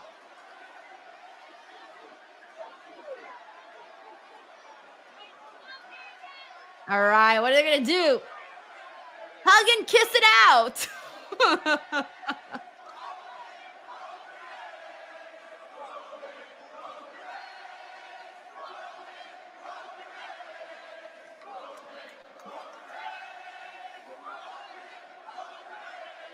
Jesus, everyone's so happy Roman's there. Don't blame them. The sins of Paul Heyman. All right, so maybe we will see a tag match. Jey and Roman versus Braun and Bronson is what I'm maybe thinking for SummerSlam. Are we sensing a tag match here? Is that what we're sensing? Okay, I'm seeing some people say the same thing. Maybe like a tag match at SummerSlam. That's kind of the vibe I'm getting. Okay. All right. So let's see, guys. Raw just ended. Give me 1 second here. I need to catch up with the super chats. And then once Santi comes in, we're going to give him some time because it usually takes a few minutes. Once Santi comes in, we'll start the actual post show. But in the meantime, let me catch up with what everyone here is saying. Let me see. We got Paul. Hey, Paul. Thank you so much again for more love, Paul. Paul says, members are awesome, Denise. You should be proud. Honestly, I really am. I kind of talk about this I've talked about this with Reg, I believe, on the Wednesday show, where I really feel that the energy that you put out in life in general is the energy that you get back from people. I guess it goes back to the golden rule. True people, how you would like to be treated. And I feel that that's been what has built like a really nice community here on this channel. And I don't know, it was just something that Reg and I were talking about last time. And so we consider ourselves very, very lucky to have everybody here. So thank you so much, Paul. We got CJ here who says, I think this has been the best Raw of the year. #banger. This was a really fucking great show. Women had a shit ton on today's show. Then you had a really good gauntlet. And then the return of Roman Reigns, that's huge. I mean, literally every week I kept saying we need to get Roman back. SummerSlam is getting close. Where is Roman? And now we're finally, I know they said how many days we were out, but can someone in the chat remind me how many more days until SummerSlam? I know they said it on the show, but I forgot the number. We got Synfamous Raider Loco who says, okay, if Seth is out for a long time, having Punk do his title run and Seth cash in and getting back at Punk, even if I don't want it, that is right there. Oh, yeah. Even if I don't want it either, it is right there to grab, whether it happens at SummerSlam, if, like, let's say Seth isn't injured the way that some people are saying. Some people reported that it's a work. I don't know, guys. I don't know. And then if it is legitimate, then he would, depending on how much time he's out, then we would still see him and maybe even ruin CM Punk's reign, like Frank just mentioned. CJ here says, damn, Reigns returns day after Seth gets injured. Dude, well, I'm pretty sure that was supposed to be the SummerSlam match. Like, I really feel like it was supposed to be Roman and Seth, because that was a story that didn't necessarily have its there was still loose ends to tie up there. Arnold Nicholson Jr., DWO member for 12 months, says it's kind of early to predict Punk versus Roman at Mania. Oh, but Arnold, do I want it? I wanted it since last WrestleMania, and I still want it. I still think that there is a lot there with Roman and Punk. I cannot, and there's no way I'm not the only one. Like, they have to do it at some point. That, I was saying it last time, I'll say it again, it's still a marquee matchup. Thank you, Arnold. We got Mictoru, who says Roman didn't give two shits about Punk. No, he did not. Of course not. Like, they still got so much beef from the past. So yeah, definitely not. Thanks, Victoria. We got Brendan here who says, I may have said it before, but my two main goals in life is to overcome my shyness and to spread love and possibility. And you spread it all the time. First of all, Brendan, I think like trying to get over shyness is something that I get it. It's so fucking hard. It's so hard. And I don't think that people realize that more. I think sometimes you look at other people and they seem very comfortable and they seem very sure of themselves in like daily situations. And you think, damn, how can I be like that person? How can I be as talkative as this person or as comfortable as this person? But you'd be surprised. I think a lot of people also experience, shyness and stuff like that. So you're not the only one. I've experienced it. I still experience it, believe it or not. No one ever believes me when I say that, but I still experience it too. And so, yeah, it's just something the more time you practice being with people and socializing or being on camera, whatever type of shy you're trying to overcome, eventually it just goes away. But Brendan, thank you so much for the love. You're definitely doing just that. You're spreading the wealth, spreading the wealth. Corey MacArthur, our most stylish member of the DWO. Thank you so much for this super chat. Didn't write a comment, but Corey, thank you so much. Thank you. All right, guys. So we got to wait for Santi to get in here. While we wait for Santi, let me tell you, you guys know what time it is. Come on. You know what time it is. It's time to get hard. Remember, if you're going Monday Night Raw, proceed with caution. Use BlueChew, promo code Denise. Are you having technical difficulties in bed? Are you tired of being counted out, tapping out, or simply jobbing out? Get out of developmental and get drafted to the best sex you ever had with today's podcast sponsor, BlueChew.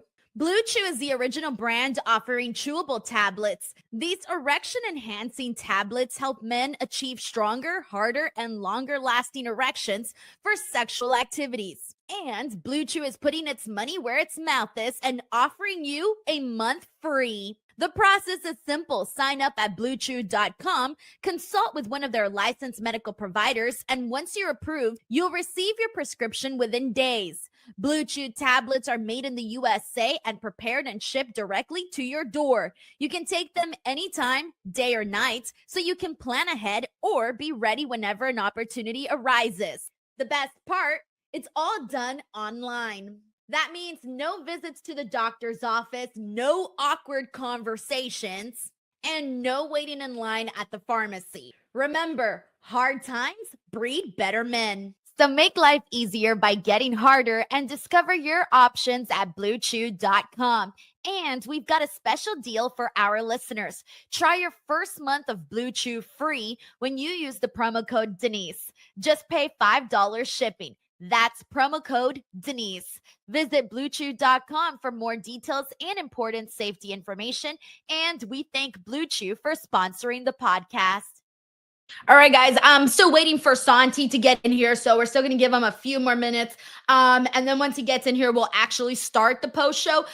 In the meantime, just send in some thoughts. I'm going to pull out some comments here, see what you guys are saying about how you're feeling about today's episode of Raw.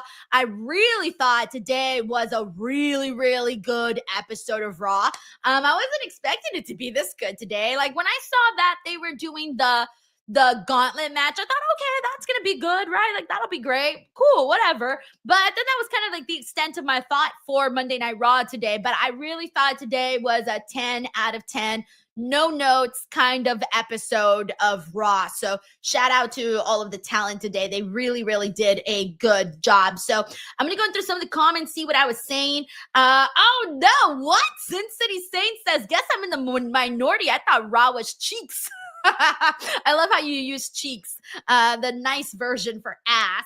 No, I did not think that at all. I liked today's show because it was just back to back.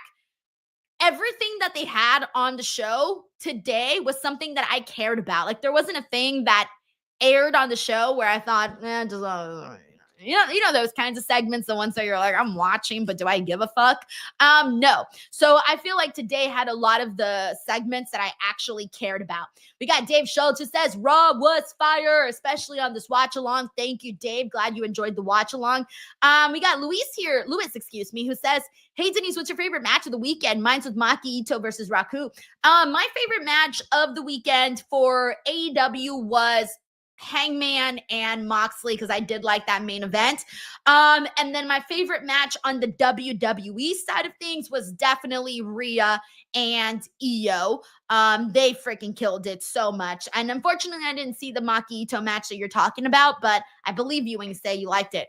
Sharky Tank here. What up, Sharky Tank? Thank you so much for tuning in. Also, shout out to Fresh Fly. We got Matt Corso. He says, are you going to SummerSlam? I'll be there. So I'm planning on going to SummerSlam, but not to the actual show. I'm going to be there most likely just for the media day. And then I will be flying back to Los Angeles to do the watch-alongs from here. So I won't be staying in New York too long. And the reason for that is, one, I do prefer to do my watch-alongs here and be hanging out with everybody. And then two, I don't want to have to deal with the traffic at MetLife after the show. If you've never been to MetLife and you're trying to get out of MetLife at especially a really, really late time, forget about it. That shit it feels impossible. I remember for WrestleMania 35, a lot of people got stranded till like 4 a.m. trying to get out of MetLife. So make sure you guys have your plans to get in and out of the stadium. The times I've gone for Jets games, and thankfully it's been easier because the games, not the shows, they end earlier. So I was able to take the bus. So I would go to the Port Authority, and then I would take the bus to the stadium and take the bus back. But even then, the bus back to the city was like a 2-hour bus ride. So no thanks. I can't do that again. So yeah, that's why I'm like, nah, I'm good. I'll watch from home. But I will show up for the media day. All Things Entertainment says, not gonna lie, most of the announced matches so far for SummerSlam are not very intriguing. Punk versus Gunther excites me the most. Yeah, so earlier we were talking, and I can't wait to ask Santi this as well when he comes in here. But my question that I had asked a lot of people earlier on the night on the watch along was, what was people's levels of excitement for SummerSlam? Because I don't feel like SummerSlam has a whole lot of buzz. I think that so far the matches I'm most interested in are Gunther and Punk, as well as the triple threat that was announced with Naomi, Rhea, and Io. Those are like the top 2 matches that I'm most excited for. But even then, like a lot of it has happened really last minute. Holy shit. Hold on, guys. Wait, does anybody know how to Does anybody know how to get back their screen when they lose it? on iMac? Wait, I can't get my screen back. Hold on. I can't even see what you guys are saying. Oh, fuck. Hold on.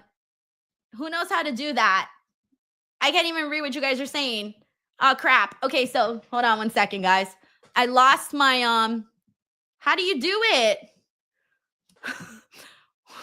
Hold on. Wait. Hold on. How do you pull up the, what the fuck? Everything just disappeared. Oh, no. Hold on. Technical difficulties. Technical difficulties.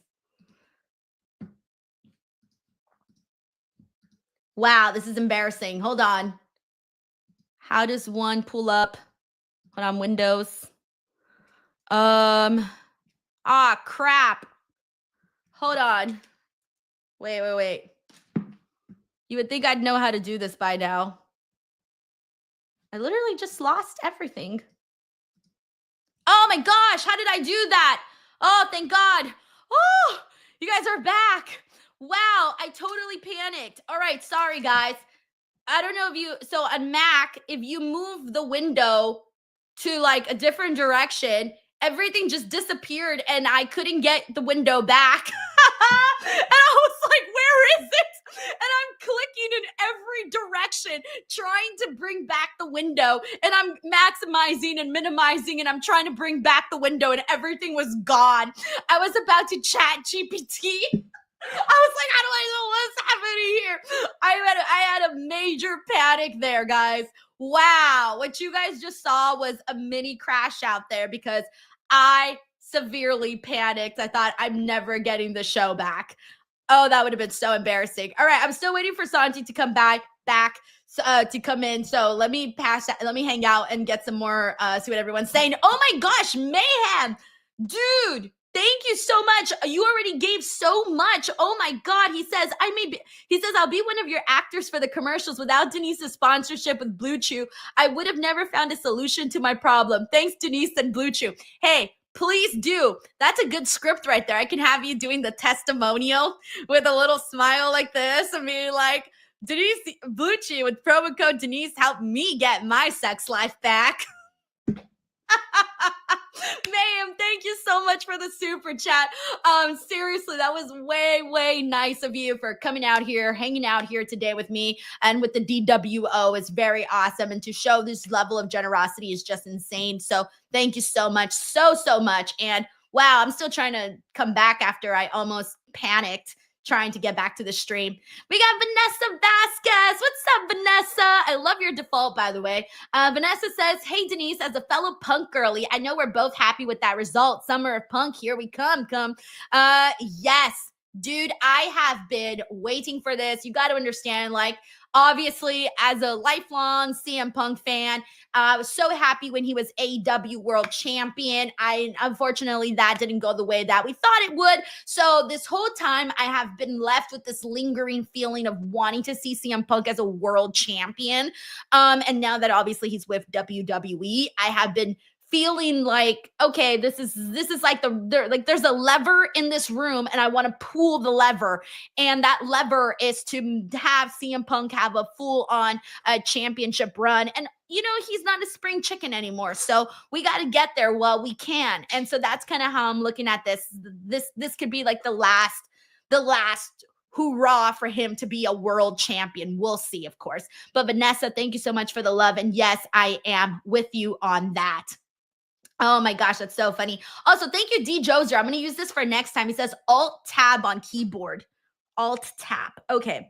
Next time that happens to me, I'm going to do that. Wow. All right. So we got Infamous Raider Loco here who says, no lie. YouTube chat did it to me a few times. Had to log out, then back in, shaking my head. I couldn't see no messages. Oh, no.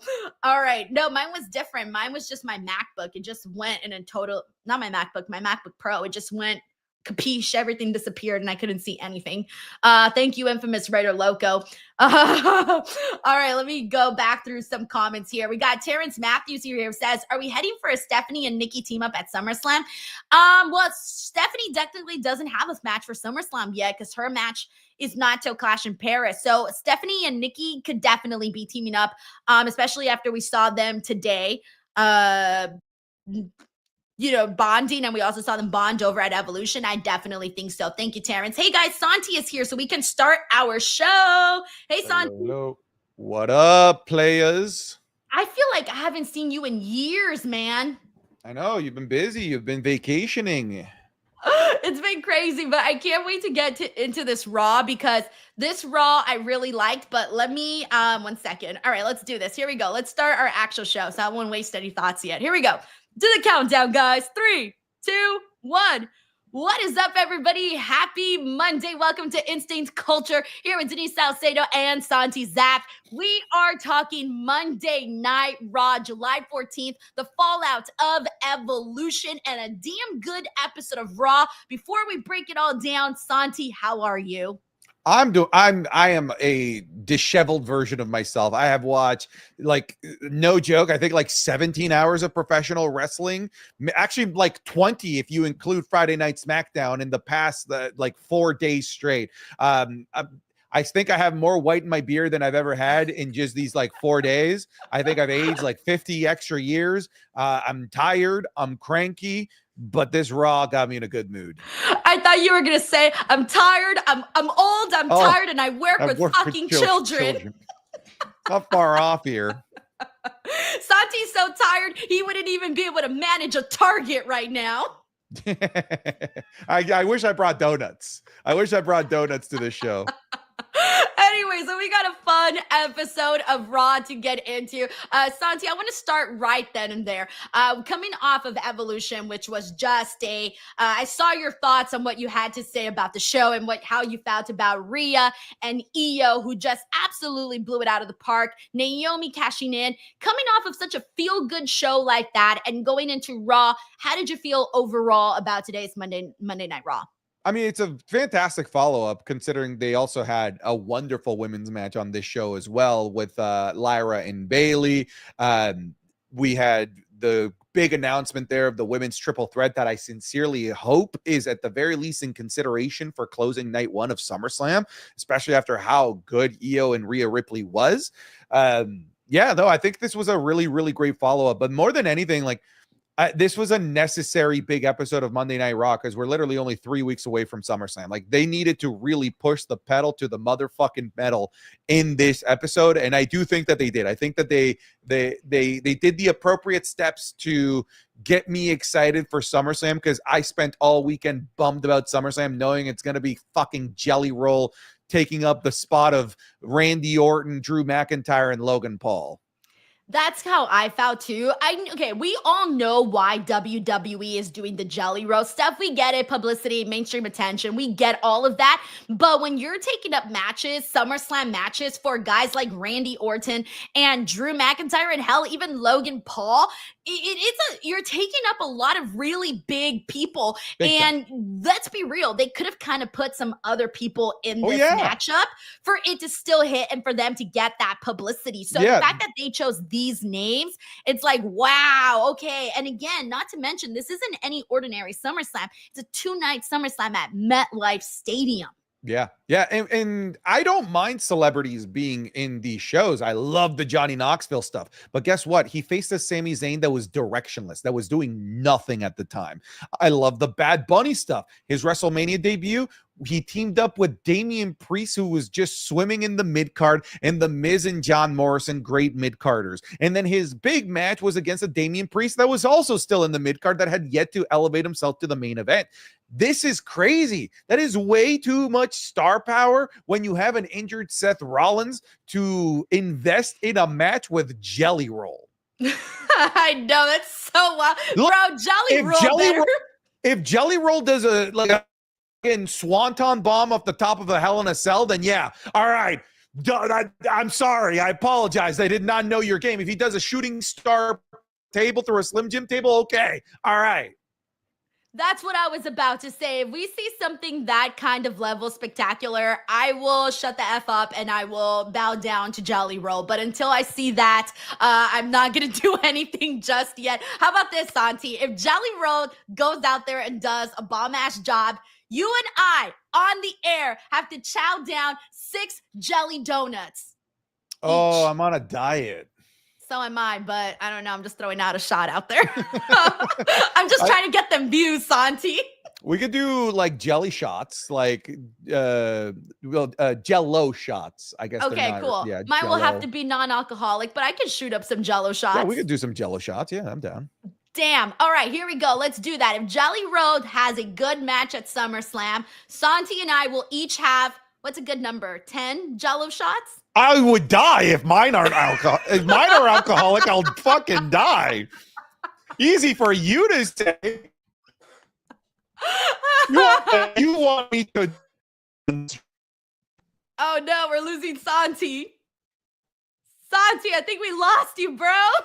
I'm somewhere here. Wait, you're back. You're I think back. I'm You're back. back. Yeah, we're On back. the bright side, your screen froze up and you had like this really, you were like smiling, like perfect, like you were on a billboard or something. Yeah, I don't take bad photos. All right, so 10 is not a good number for Jell-O shots. No, I would die, Denise. I would die. All right, 6. That's still a lot. You know what? 3. Maybe let's go back to the jelly donuts. You asked the jelly donuts. All right, whatever. 3 Jell-O shots. That's fair. 3 Jell-O shots, Santi All right. and I, if Jelly Roll does a good job. But anyways, not only did we get the part that made Raw good today was that a huge chunk of the show, Santi, like the first hour and a half, was primarily female driven. It was just bang, bang, bang, all the women, then the Gauntlet, and then of course the return of Roman Reigns, which, let's be real, they held off until the last and final moment that they possibly could to bring out Roman Reigns. Now, before we break everything down, earlier you had mentioned kind of how you were feeling heading into SummerSlam. And that's one of the things that I was asking people was, what is your excitement level as of right now for SummerSlam on a scale of 1 to 10 based off of what we know so far? Now, post this episode of Monday Night Raw, I'm like at a solid 7.5. Before it, I think I was at 0, like actually 0. Now that the fog of war is starting to lift, we're starting to see SummerSlam shape out. They did like a little mini recap of the match card that we currently have so far. I'm like, okay, there's some heaters here. I love the idea of now having Punk and Gunther. That gets me really pumped up. Finally, Gunther having one of those Raw main eventers going after the world title, which has been such a big criticism of Gunther's world championship reigns. And then Roman Reigns being back. I wish it was to have a singles match with Braun Breaker, but I imagine it's going to be a tag match with him and Jay versus BMB Security. I think so too. Do you think, maybe this may be an obvious question, but do you think the original plan was supposed to be Roman Reigns and Seth Rollins? And also your thoughts on Seth Rollins being injured, because there seems to be conflicting reports as to, is this legitimate? Is this not? Are you leaning in a certain direction? I learned the hard way when AJ Styles got injured against Carmelo Hayes, where I'm like, you idiots, this is obviously a work. They wouldn't be giving it this much screen time. They're clearly setting us up. And then he was out for like 7 months. So I learned the hard way to now, whenever I see this type of stuff, I just assume it's real, because if I assume that it's fake and it ends up being real, I'm an asshole. If I assume that it's real and it ends up being that I got work, great, good. That's good. All right, that's a good thing. Nice little surprise. So I'm assuming that the Seth Rollins injury is fully real, fully legit. If it's not, good Lord, if Punk wins against Gunther and then he gets cashed in on by a Seth Rollins, ooh, come on, that'd be hype. That'd be hype.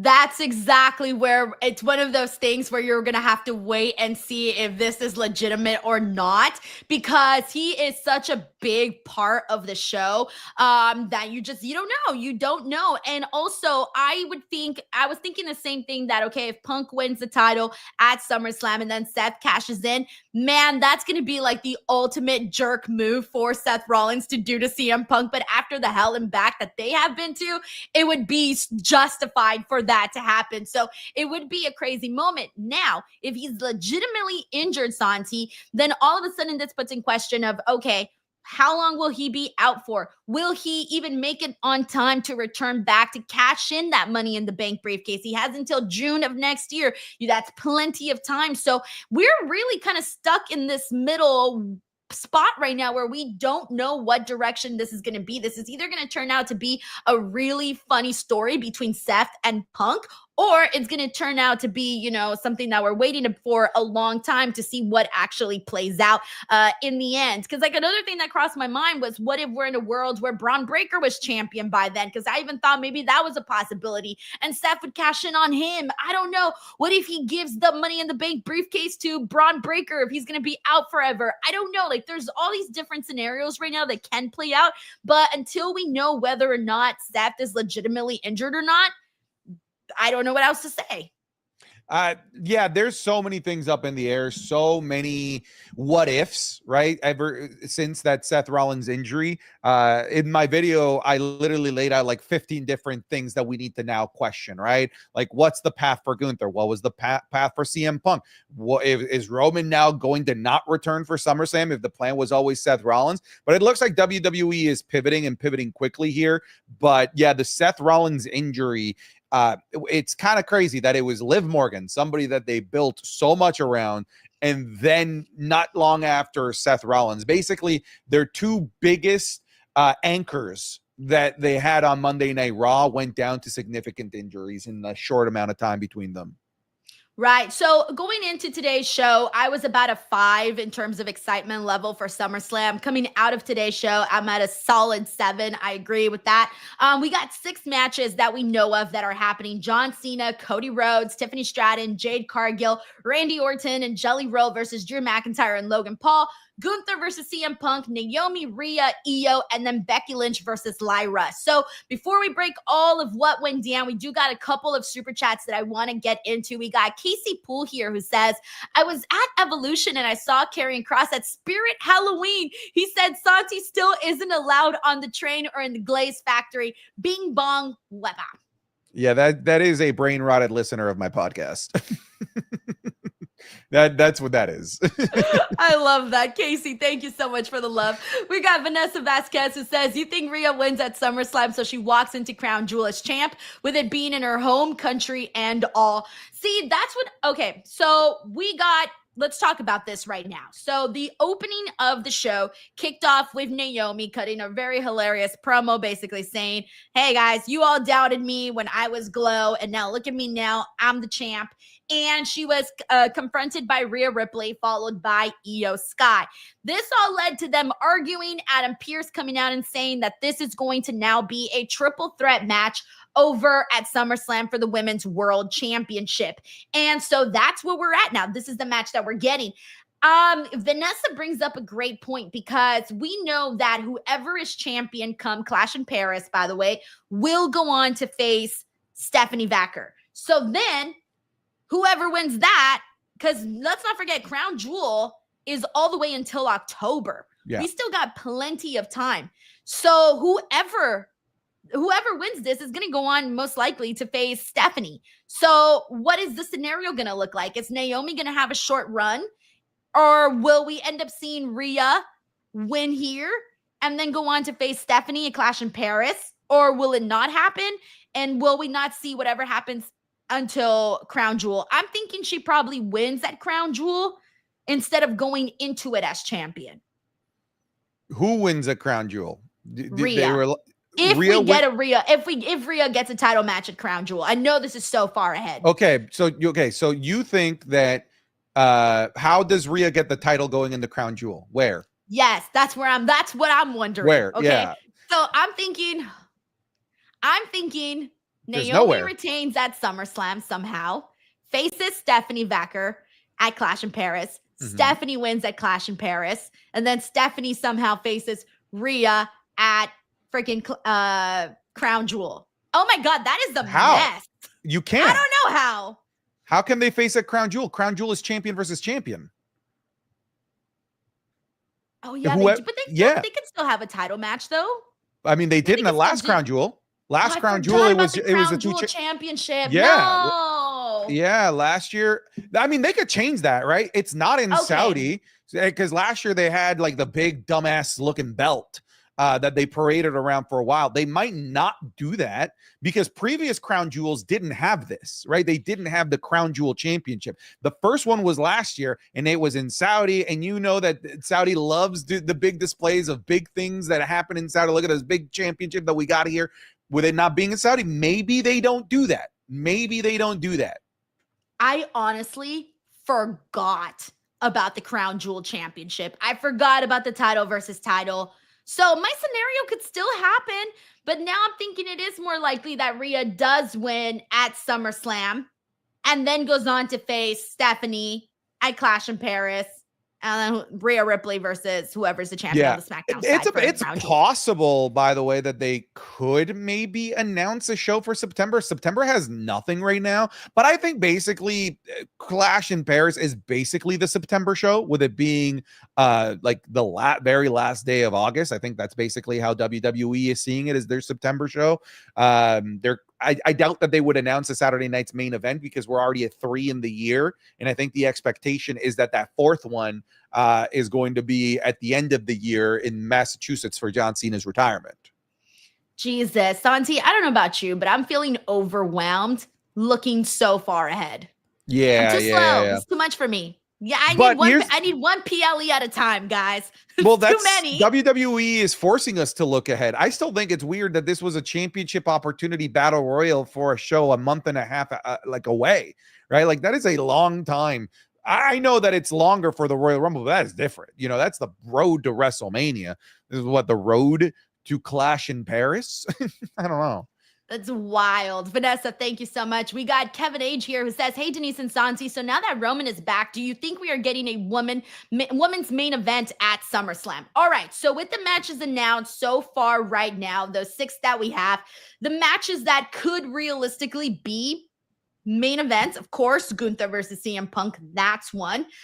I could see Naomi, Rhea, and Io being a main event as well, but then John Cena, Cody Rhodes definitely has to be a main event. I know it's sucked at WrestleMania, but how do you not?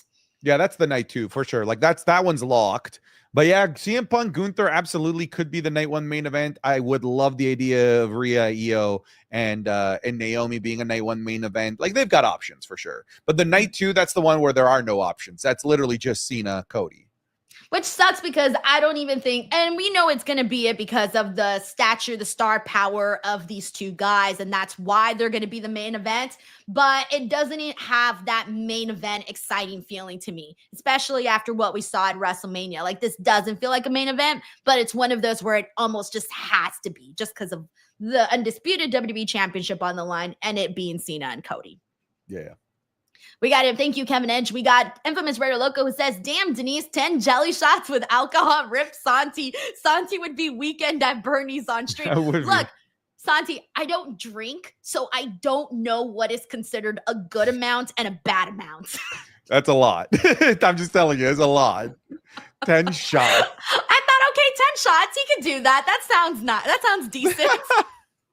I'm a big guy, but like, still, I would still die from that. Actually, that was the first thing that I noticed when I met Santi for the first time. I walked into the hotel and I turned and I see you and Connor and I'm like, holy shit, Santi is tall. What? Tell us louder for the people in the back that think I'm 5'2". Louder. There you go. Right there from the horse's mouth, ladies and gentlemen. I am not short. It is true. That was my biggest, that was the surprise that I had that I saw. Infamous Raider Loco says, okay, after thinking about it, I'm in Jello shots. See, there you go. 10's not so bad. We got Tracy here who says, girl, you don't drink, do donuts. I have faith in JR. Wait, JR? Oh, wait, what? I don't know what I'm talking about. Jelly anymore. roll. Jelly roll. Who the hell's What JR are we talking about? That's how It's a much I care weird about name this Jelly Roll That's stuff. a weird name to acronym, by the way. Yeah, because I think JR Jim Ross, and I was like, Yeah. wait, Jim Ross has nothing to do with this. What?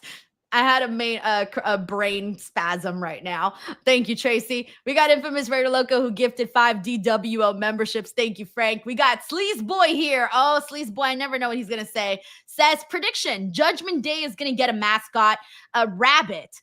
Liv Morgan will return and Dominik is going to kick Roxanne out. Roxanne will then respond like Glenn Close and Fatal Attraction. Free rabbit stew like pepper steak in 1999. Have you seen the movie Fatal Attraction, Santi? No. Okay, I feel like every person should watch Fatal Attraction just to see what can happen if you start messing around. Watch Fatal Attraction. Is it a vindictive girlfriend type of movie? Yeah. So I feel like if you watch it, you're gonna second guess everything in life after that. So I feel it's a must-see movie. Thank you, Sleaze Boy. We got Bob Raj Jr. here who says Gunther finally killed off the legacy of WCW at Saturday night's main event, and now he's targeting one of the pillars of the PG era. He is the new legend killer. Did you see how bored poor Gunther looked at the top? Yeah. I found it so funny that the camera kept panning over to him and it was just like, oh God, I have to sit here and I have to watch this. I could be on the road back to the next city. I could be in the hotel getting room service. That's exactly what I was thinking. Thank you, Bob. We got Ryan Sully here who says, hey, Denise, I know this is a Raw review, but Natty Neidhart versus Masha Slamovich was just announced for Bloodsport August 2nd. Keep up the great work, Denise. Hey, Ryan, thank you for letting me know. I know Natty has been doing a couple of stuff with Bloodsport since like WrestleMania weekend. So the fact that her and Masha are going to go at it, that's pretty sick, man. That's pretty sick. Thank you. CJ here says, Roman takes a little break and sees Jay. Damn, because where's your title? Can we deep out all of that family? Only Naomi and Solo holding gold. Thanks, CJ. CJ also says, I'm conflicted. I love CM Punk, want him to be WWE World Heavyweight Champ, but I'm getting sick of these terrible reigns. Gunther deserves a better reign, not a worse one. So now that we know that it is going to be Gunther versus CM Punk, how are you feeling about the possibility? Let's be real. It's got to be CM Punk at this. So how are you feeling about a possible CM Punk World Heavyweight Championship reign? I mean, he's one of my favorites of all time. Like, I'll never be upset about the idea of that. I get the, if you're a Gunther fan, kind of being bummed about the idea of a Gunther reign ending, especially ending when he finally gets one of those Raw main eventers that have been eluding him in all of his championship reigns. But if you think I'm going to be upset over CM Punk winning a world championship, that's never going to happen. I'd be down for that 1,000,000%.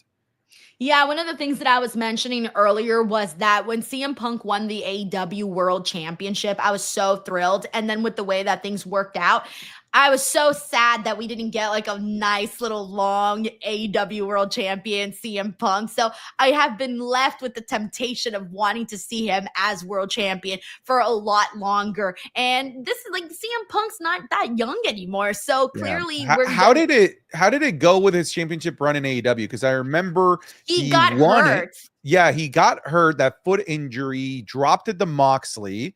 And then he wins it back from Moxley, but then Brawl Out happens. Yep. And then there was the tricep. So it just did not. Yeah. It just did. The injury bug just got him on that. And it was just tainted. It just wasn't meant to be. That's what I'm starting to think. It just wasn't meant to be. And now we know it wasn't. So that's why I'm looking at this and I'm going, all right, like CM Punk's been doing good. You got to do it now or else we never know when it's actually going to happen. And what a kick-ass moment if it were to see CM Punk at MetLife winning the title. So I'm here for it, man. But then again, there is that possibility of Seth coming in and cashing in on him. Oh, man. Thank you, CJ. We got Free Ola 33 who says, Denise is 4'3", so of course Santi would look tall. Hey, now, I'm exactly 5 feet, okay? 5 feet. He is exactly. short. She is very short. And I hate it. I hate it. Thank you, Free Ola. We got Stephen Marchulli here who says, Gunther beats Goldberg. Rumors say Cena's last opponent. Does the story involve Brock at WrestleMania? Can you imagine if, wait, people are saying that the Cena's last opponent is going to be Gunther? Yeah, I've been seeing that pop up. Yeah, I've been seeing that pop up a lot today. I don't know where the rumor started, but I just saw it in my chat a lot today, but I don't know what the source is. Would you care for that? I would, because Gunther is the quintessential perfect John Cena heel. But the thing is that Cena's a heel. If John Cena was going out as a good guy, Gunther is literally perfect. He is the perfect anti-Cena. He's like the complete opposite of John Cena. I like it, but like right now with both of them being heels, it's tough to visualize. We'll have to see how you would even make that work, because right now it's tough for me to really create a mental picture of what that would look like right now. I think you got to get people re-interested in Gunther again to be able to even visualize this. Because like you said, that's kind of where I was at when I read this comment. I thought, wait, this is a rumor that's going around? What? I didn't even see this. And I had a tough time, like you said, visualizing this and trying to see this as a possibility. I think that they got to get people re-interested in Gunther once again to see this match, honestly. But we got Nate Daniel here who says, we all know Santi paid you to lie for him. He's 4'5". hey, if I'm 4'3" and you're 4'5", that's why I called you tall. So maybe. Thank you, Nate. We got Terrence Matthews who says, I think they should have gone with Bayley. So that's another really big thing that happened on today's show. We got a 2 out of 3 falls match between Bayley and Lyra. Bayley wins the first fall. Lyra wins the second one. And just when I thought Bayley was going to come out and go into this match with Becky, it ends up being Lyra. Santi, I was so surprised by this because we've seen Becky and Lyra. So I thought, oh, it's been a minute since we've seen Bayley and Becky. So in a stage like this, I want to see that again. And I've been saying forever, I want to see Bayley win the Women's Intercontinental Championship. And now I don't think that's going to happen anytime soon. I was as shocked as you were. I thought it was a foregone conclusion that because Bayley was forced to miss WrestleMania, that this is where she gets her comeuppance. This is where Becky gets her comeuppance for what she did to Bayley at WrestleMania on another big stage. I thought for sure it was going to be Bayley to win this. But yeah, they caught me off guard entirely. Like, where does this put Bayley though? Like, what are we going to do? Like, is she really in the same year going to miss WrestleMania and SummerSlam? That's crazy. That would be crazy. They gotta do something there with her. One of the things that I was throwing out there, and I feel like I always throw Bayley's name out there whenever there's a new champion. I always see Bayley as the first challenger to any champion because we know she's gonna have a good match with that person. We know she's gonna make the person look good, and Bayley can afford those kinds of losses, right? So I always kind of throw her out for those types of things. But damn, man, like this felt like it was gonna be a shoo-in, and I don't know why exactly they didn't go with Bayley, but this whole getting Bayley out of opportunities is starting to become a thing, right? Where suddenly I'm starting to wonder, do they not see something in Bayley? What is so wrong with Bayley that she doesn't get these big moments? Like, this is Bayley. Like, she isn't just a nobody. She's somebody that people love and respect. So what is happening here? Why are we not seeing her get these massive, and that's not to say because she did have a massive WrestleMania 40 moment, not to mention her match with Io had the crowd the loudest at WrestleMania, what was it, 40, 41? I don't remember. 40, excuse me. Yeah, 40 in Philadelphia. She had the biggest reception that night when she won that title. Yeah, it seems like it's a tale as old as time at this point, like Bayley just being overlooked. I mean, mind you, I'm super happy for Lyra Valkyria. I know that match is going to be fantastic, but it is just discouraging to see it, like, just time after time, WWE just seemingly not wanting to do the thing with Bayley. Because I think a lot of people would have been hyped for Bayley versus Becky at SummerSlam for that IC title. That would have been a huge match. Yeah, I think so too. I do love Lyra. Now I'm thinking Lyra gets her title back, or does she not get her title back? I don't even know anymore. I really, really don't. I am liking more of a sassy Lyra that we're getting. She's been more heelish. I do like that. So kudos to that. But this was a fun match. And again, a surprising end there. We got Dave Kloss here who says, last night was pure elation as a women's wrestling fan. I know I buried the Evolution build and I stand by that, but the women had a full-on boulder on their shoulders, and I'm so happy they smashed smashed it. Dave went on to also say, Becky, Lyra, and Bayley are firmly in fight forever mode. Feud of the year. Every single match and segment has delivered. So happy for them. Yeah, so I agree with Dave. Of course, I still stand on the exact same feeling that Evolution's build was not great, but damn, did that show knock it out of the park, though. And Santi, do you think that they're going to do another Evolution next year and moving forward, or do you think they're not going to do that? I mean, it was a critical success. I think everybody walked away from that show knowing that it's amazing. And the ticket sales ended up being much better than we all anticipated. They jumped from like 4,000 to 80 something hundred. I'm hoping that's good enough to give us Evolution 3, because the show was genuinely fantastic. I'm not convinced, though. I'm not convinced that they would do another one. It took them 7 years to do another one. I don't know. Like it'll all entirely determine on whether or not this was a good enough profitable venture for TKO, because I don't think that they care whether or not it was a critical success. I think all they care is whether or not it's financially viable. And that sucks. I think that the women really did send out a statement last night by putting on the best show. I mean, the match with Io and Rhea, they really took it to another level. And then all the other girls, like even Tiffany Stratton and Trish Stratus had a great match. Even the women's tag team match was great. Even the Battle Royal. I don't even like Battle Royals, and I liked this Battle Royal. So I feel like they all knocked it out of the park. The crowd brought this insane amount of energy. And again, I know like the week before, Santi, you mentioned how there was this huge jump in the ticket sales. I remember the week before I was looking at the ticket sales and I was thinking, oh my God, they're going to have to black out this crowd. And then suddenly people buy tickets. Here we are. The crowd looked great, sounded great. I'm sorry, but to me, all of the boxes were checked. We need to keep doing this if they want to. I think they should. I'm with you. I'm with you there. We got JJ Castillo here who says, I really wish WWE has more matches for every PLE. Evolution had 7 matches and the matches were good. It wasn't too short or long. I hope they do Evolution every year going forward. I'm with you, JJ. I thought 7 matches flew by. It felt like a really easy, breezy show to watch. Thank you, JJ. We got CJ here who says, it's not just Gunther, it's all the champs on the main roster. All the reigns stink. Cena's the best right now, and that says a lot. That's been met as well. That's wild. I can't even say that. I can't agree with this one, CJ. I can't. We got Dave Costier who says, I loathed when Callis did a clear DQ at All In, took me out of it. So to keep the same energy, when in the holy hell did Gauntlet become no DQ? They had said... So when Bronson got involved, I thought it was going to end in a DQ, but then they said in commentary that there was no DQ. So I thought, oh, okay, what do I know? Yeah, I just made that shit up. Apparently, they did say before the match started that the only way to win is by pinfall or submission. All right, they weren't very clear on that at all.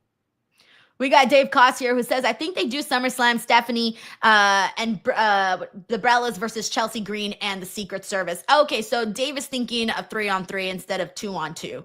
Okay, cool. All right, I can see that. It might be 2-on-2 though. We got Rahu P here who says 6 matches already announced for SummerSlam. They might make it work with a short build. Hope just like Evolution, matches will deliver. I hope so too. I don't think so far. The only match that's really in question as to how it might turn out, in my opinion, is Tiffany and Jade. I don't know how that match will turn out. And then, of course, the Jelly Roll match. Those are the only 2 matches on the card so far where I'm not as confident in them. Thank you, Rahul. We got Dave Costier who says, I hear you guys, but Becky Lyra 3 as the rubber on that stage, I think made the most sense, but I hear you on Bayley. That's fair. Thank you, Dave. We got Infamous Raider Loco who says, honestly, if CM Punk and Gunther going to be the bigger draw as far as CM Punk winning, they should close night 2. Punk's first world title win in so long. If Seth cashes in, huge pop. Love Cody unless he turns heel. It should be Punk winning. Yeah, man. Okay, so what do you think? So I think what Infamous Raider Loco here is saying that seeing CM Punk and Gunther would be the bigger draw versus seeing the Cody John Cena match as the main event. I think that's what Infamous Raider Loco is trying to get at here. If that's what you mean, I disagree. It's Cena Cody. That's the bigger draw. It just absolutely will be. It might not be the bigger draw for the super hardcore wrestling fan, but for a SummerSlam, that is easily the bigger draw. I will say, I feel like they figured out the John Cena match model. And I feel like maybe they didn't know how to make a John Cena match good at WrestleMania 41 yet. And they figured it out. They sorted it out come the Randy Orton match. If they can bring that same type of like craziness, shenanigans, atmosphere, energy to the SummerSlam match, then I think Cody Rhodes versus John Cena could be a fantastic match. Like, because Cena's like the match against Punk was awesome. The match with Randy was awesome. Freaking the Ron Cena match was a lot of fun at Saturday night's main event. They figured out the John Cena model as a heel, and I think that they didn't know how to do it back at WrestleMania 41. Just for the love of God, no Travis Scott. Oh, you know what's going to happen, though. I know. You just know they're going to redo the Travis Scott thing. And you know what he's going to do? He's going to get on all of our nerves by walking slow to the rampway once again. And we're all just going to have to sit there and take it.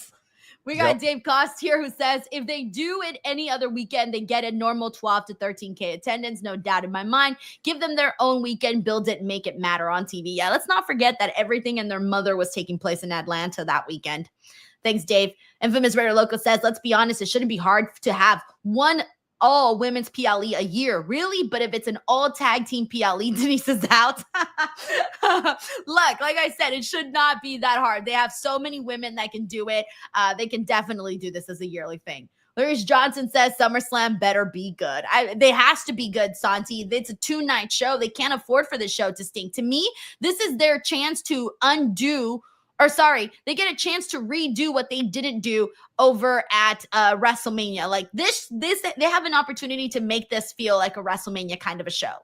Yeah, and I think that's their intention, right? By making it 2 nights, they're probably wanting this to be a big success so that they can shop it around and sell it to cities in the future. So I think that this being a big success is really important to the WWE, and I'm sure they know that.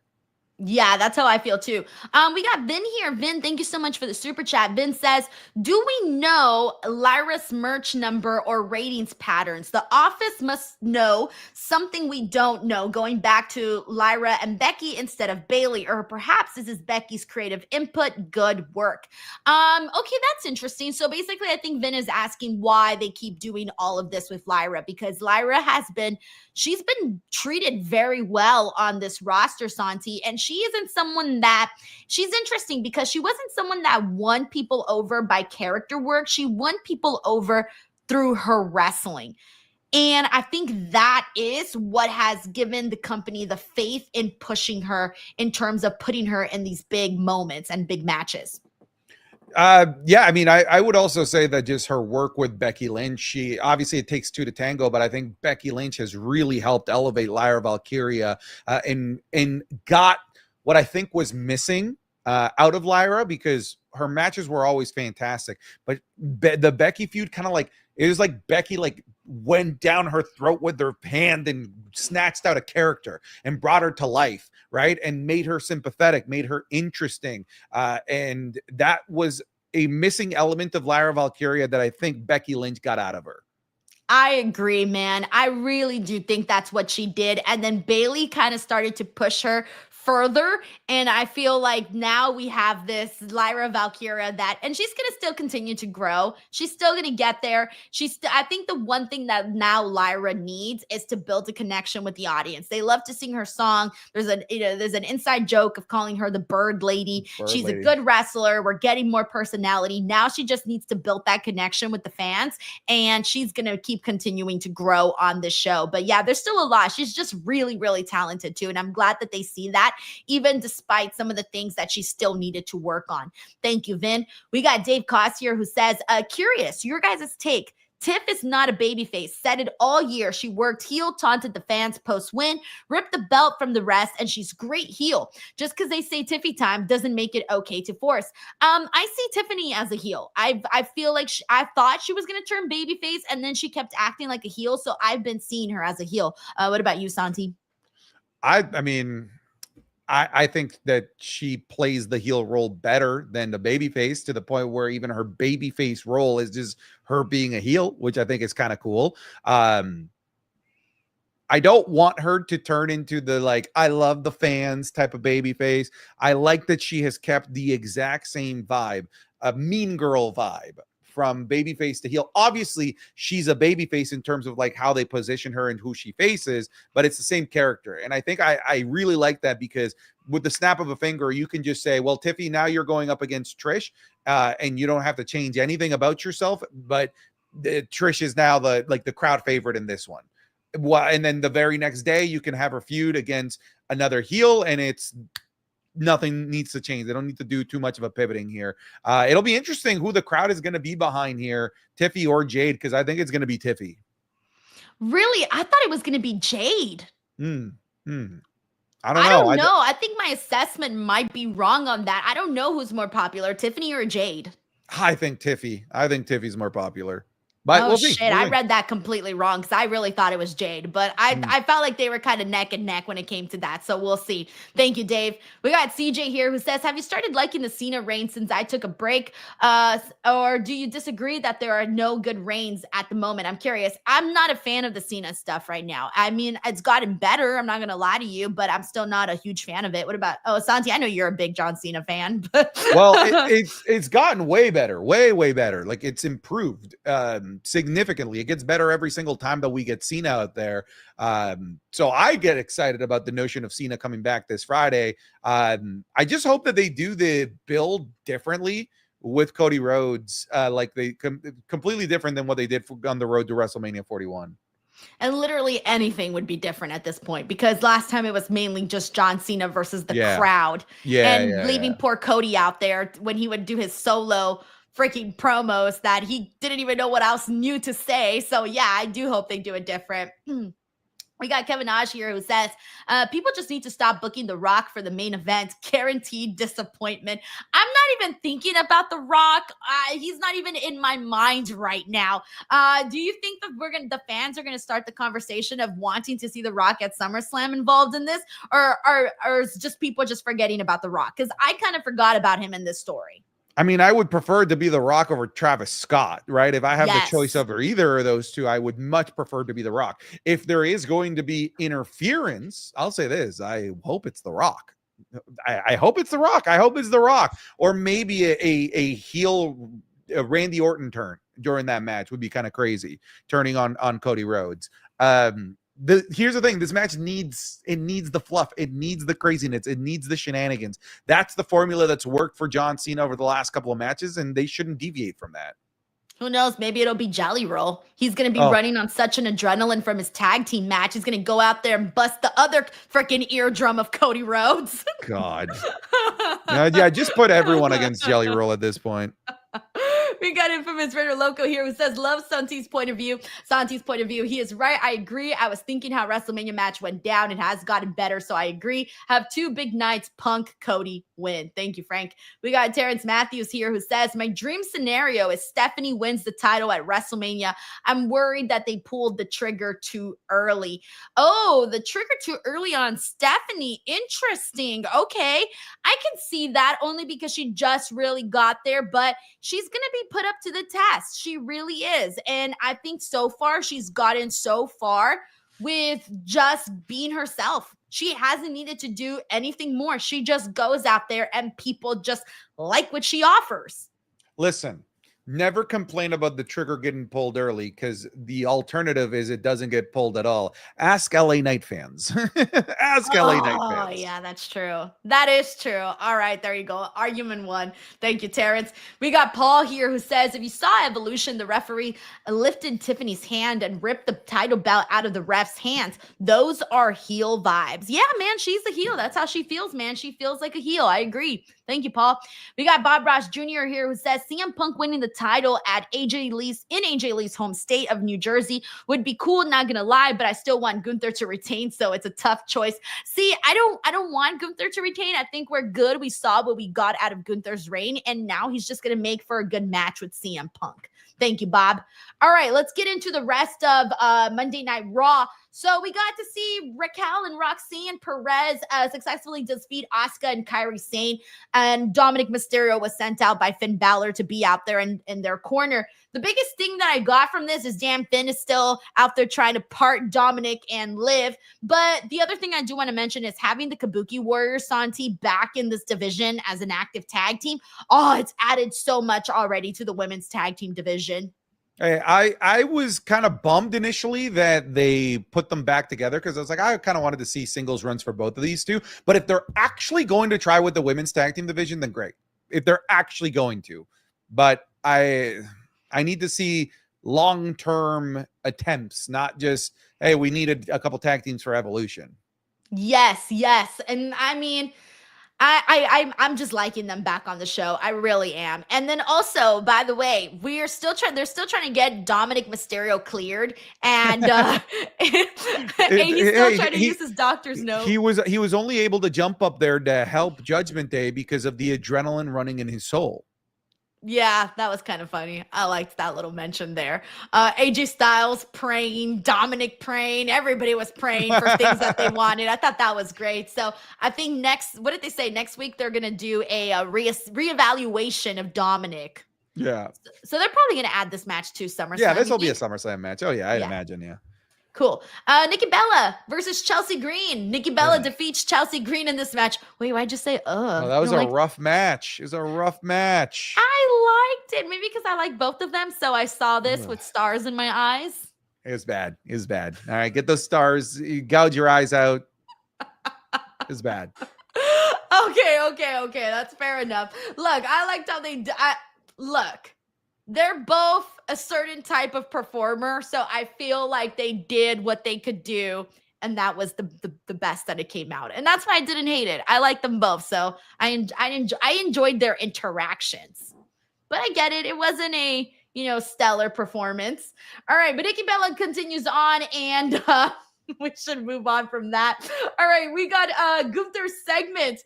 Gunther going out there and bragging about taking out Bill Goldberg and retiring him. Dang. And then this, of course, led to the actual Gauntlet. So, I mean, dude, I don't even know what to say other than, damn, Gunther could actually, now that people were saying that Gunther could retire John Cena, now it's got me really thinking he could be this legend killer. But other than that, I do want to get your thoughts, though, on Goldberg and Gunther, because I honestly, Santi, I felt bad for Goldberg. I felt that the match was so vanilla, and then the way that they rushed him out, I thought that is so sad. He had like 30 seconds to say bye and thank you to everybody after this long career. Yeah, I mean, I was like the match. I'm like, okay, whatever, it's fine. Like I was entertained by it. I was not expecting anything more than what we got. To me, so disrespectful that they gave him 30 seconds. They didn't even need to do that. Like I just don't understand the weird pacing that they decided with their commercial breaks. Why did they take a commercial break with 3 minutes before the show ended, after the main event ended, just to come back for 5 seconds to cut off Goldberg? I didn't get that at all. Dude, I thought they weren't even going to come back at one point. I don't know if you saw, because I don't know if everyone's broadcast is different, but when they put the Georgia thing, the little Georgia logo, I thought, oh shit, is this over? Like, I was almost going to click off and turn off the stream. But then I thought maybe like they got to come back because they never actually closed the show out. And that would be weird. WWE would not close out the show. And so, yeah, it was awkward. And I felt bad for Goldberg. So it was just weird. It didn't have that same kind of, when I was there when Sting retired. When Sting retired, wow, what a moment, right? Emotional. It really felt grand. And then this with Goldberg's retirement just did not have that same kind of energy at all. And I think that's what I was comparing it to be honest. All right, let me see what we got here. We got Infamous Raider Loco who says, I mean, if we didn't get CM Punk versus Kenny in AEW as an example to pull the trigger with Stephanie Vaquer, I want her as in my champ, Dark Queen. Man, I'm so sad we never got CM Punk and Kenny. Yeah, I mean, I'm a huge believer, and my viewers know that, and I say this all the time. If the match is there, just do it. Like, don't wait for this bigger venue, because you don't know in wrestling, right? Injuries, scheduling conflicts. If it's there and it makes sense, just fucking do it. I agree. We got CJ here who says, in my opinion, the titles have been switched too much this year. And barely anyone has more than 2 to 3 successful defenses, but maybe it just bothers me. I think I do want to see more defenses. When they showed Io's stats going into Evolution and they said she'd been champion for like 130 something days and she had 3 defenses, I thought, oh shit, why not go out there and have the champion defend the title a lot more? I kind of prefer that. Thank you, CJ. All right. The last but not least, we kind of didn't really get to break down the gauntlet itself. I was about to say the gauntlet. The gauntlet. The gauntlet. Braun Breaker defeated Penta. Braun Breaker defeated LA Knight. Braun Breaker defeated Jey Uso, and unfortunately was not able to defeat CM Punk, even though he had some help from Bronson Reed. How did you feel about the gauntlet itself, though? I love the gauntlet. No, I thought it was awesome seeing Braun Breaker just kind of cut through everybody. A little bit shocked that LA Knight didn't have a better showing than he ultimately did. I actually thought LA Knight was the favorite going into that, especially after he just pinned Seth Rollins. I know it was because of the injury, but like that still is what happened here in the story. He just pinned the biggest bad guy in all of WWE. Even if that wasn't the original plan, that's still what they had to go with. So I would have thought that they were going to build off of that. But it was a cool breakout, honestly, for Braun Breaker, and just getting a visualization of what Braun Breaker could look like in the main event is what I got out of this gauntlet match. But I think the correct choice was made. CM Punk, and then obviously Roman coming back is sick. Yeah, and now this just leaves me with there's still so much more that needs to be done with Roman and CM Punk. I still think that that's a marquee matchup that they can still do. And like we said earlier, so it is looking like they're probably going to do that SummerSlam tag team match, which again wasn't what I was expecting for Roman, but given Seth's injury, that may be the turnaround there. But nah, man, I liked this gauntlet. I thought Braun and Penta, they always seem to have really good chemistry. I thought LA Knight did just fine. Jey Uso, I think Jey Uso had probably, unfortunately, had like the least opportunity to really do a good showing there, because at that point, you know, they wanted to get to Braun and CM Punk. And yeah, man, like I was a fan of what they did and how this led to Roman Reigns. And I love that everybody was chanting for Roman. Everyone knew the moment was coming for Roman to go out there. And I honestly wasn't even sure. But when he did come out, obviously it was a huge reaction. So it was fun. It was like, okay, we're getting to it. We're about to be all gas, no brakes heading into SummerSlam. And it kind of has to be that way for the next couple of weeks because we got a big show to sell. Yep. We got Rafael Garcia here who says, so Lyra was mad at Bayley for not texting her back, for being upset at her, rightfully so, for costing for her the IC title, and for being selfish. IDK. I don't know. It's so weird. I feel like that Lyra sometimes feels a little bit more mad at Bayley than at Becky, which she should still be more mad at Becky. I don't know. That's something that I kind of was thinking about during this. Thank you, Raphael. We got Broadway Joe here who says, in my opinion, if the world title is being defended, there should be at least 30,000 people in the stands. But I don't know if 4 to 5 defenses a year is realistic. There should be 1 mid-card defense on each Raw, SmackDown for sure. Yeah, man, I'm with you. I want to see more titles being defended constantly because there's so many matches that we don't get to see that I would like to see. So I'm always here for more title defenses across the board for every title, even the main championships. I mean, Santi, that was part of the reason why they even brought the World Heavyweight Championship back. Remember, it was Seth Rollins said, I'm going to be the workhorse champion because Roman wasn't defending his title that often. And then Seth was out there, I felt like defending it almost all the single time, every single time. And that's what made, I was a big fan of Seth Rollins when he had the World Heavyweight Championship that first time. And it made it very exciting to watch him constantly go out there and have these defenses. He wrestled Finn Balor like 4 or 5 times during that. Yeah, I want defenses, and like we have the perfect example as to like why we need to have more defenses for world champions. Look at Io Sky. Why are we hiding this amazing talent and not having her have matches for like 2 months after WrestleMania 41? Like that's crazy to me. No, I want the title to be out there. I want the champion to be a fighting champion. I want titles on the line. Thank you so much, Broadway Joe. All right, ladies and gents, that was Monday Night Raw, July 14th. What a night, what a show. We are on the road to SummerSlam. I want to thank each and every single person who came out here and hung out with Santi and I to chat Raw. We're going to be back here each and every single Monday night to talk about the show. I also want to let you know that if you do want to listen to the show in audio format, we are officially part of the Blue Wire family. So if you search up Instinct Culture by Denise Salcedo on Apple Pod, Spotify, or anywhere you guys listen to podcasts, you can find this show along with several others. I covered wrestling on a daily basis, and so you get all of the pro wrestling news that you can possibly want. Santi, what do you have for the people? Let them know where they can find you. Oh, any and all places that have Santi Zap in them, I'm in there. I'm about to reach 400,000 followers on Instagram, so I would love to get your extra little follows on there in case you don't already follow me there. But otherwise, just Santi Zap and pick the platform you prefer. Let's go. All right, you guys, as for me, @_ Denise Salcedo all over. Make sure you guys subscribe to the channel, and we'll catch you guys on the next one. Bye, everyone.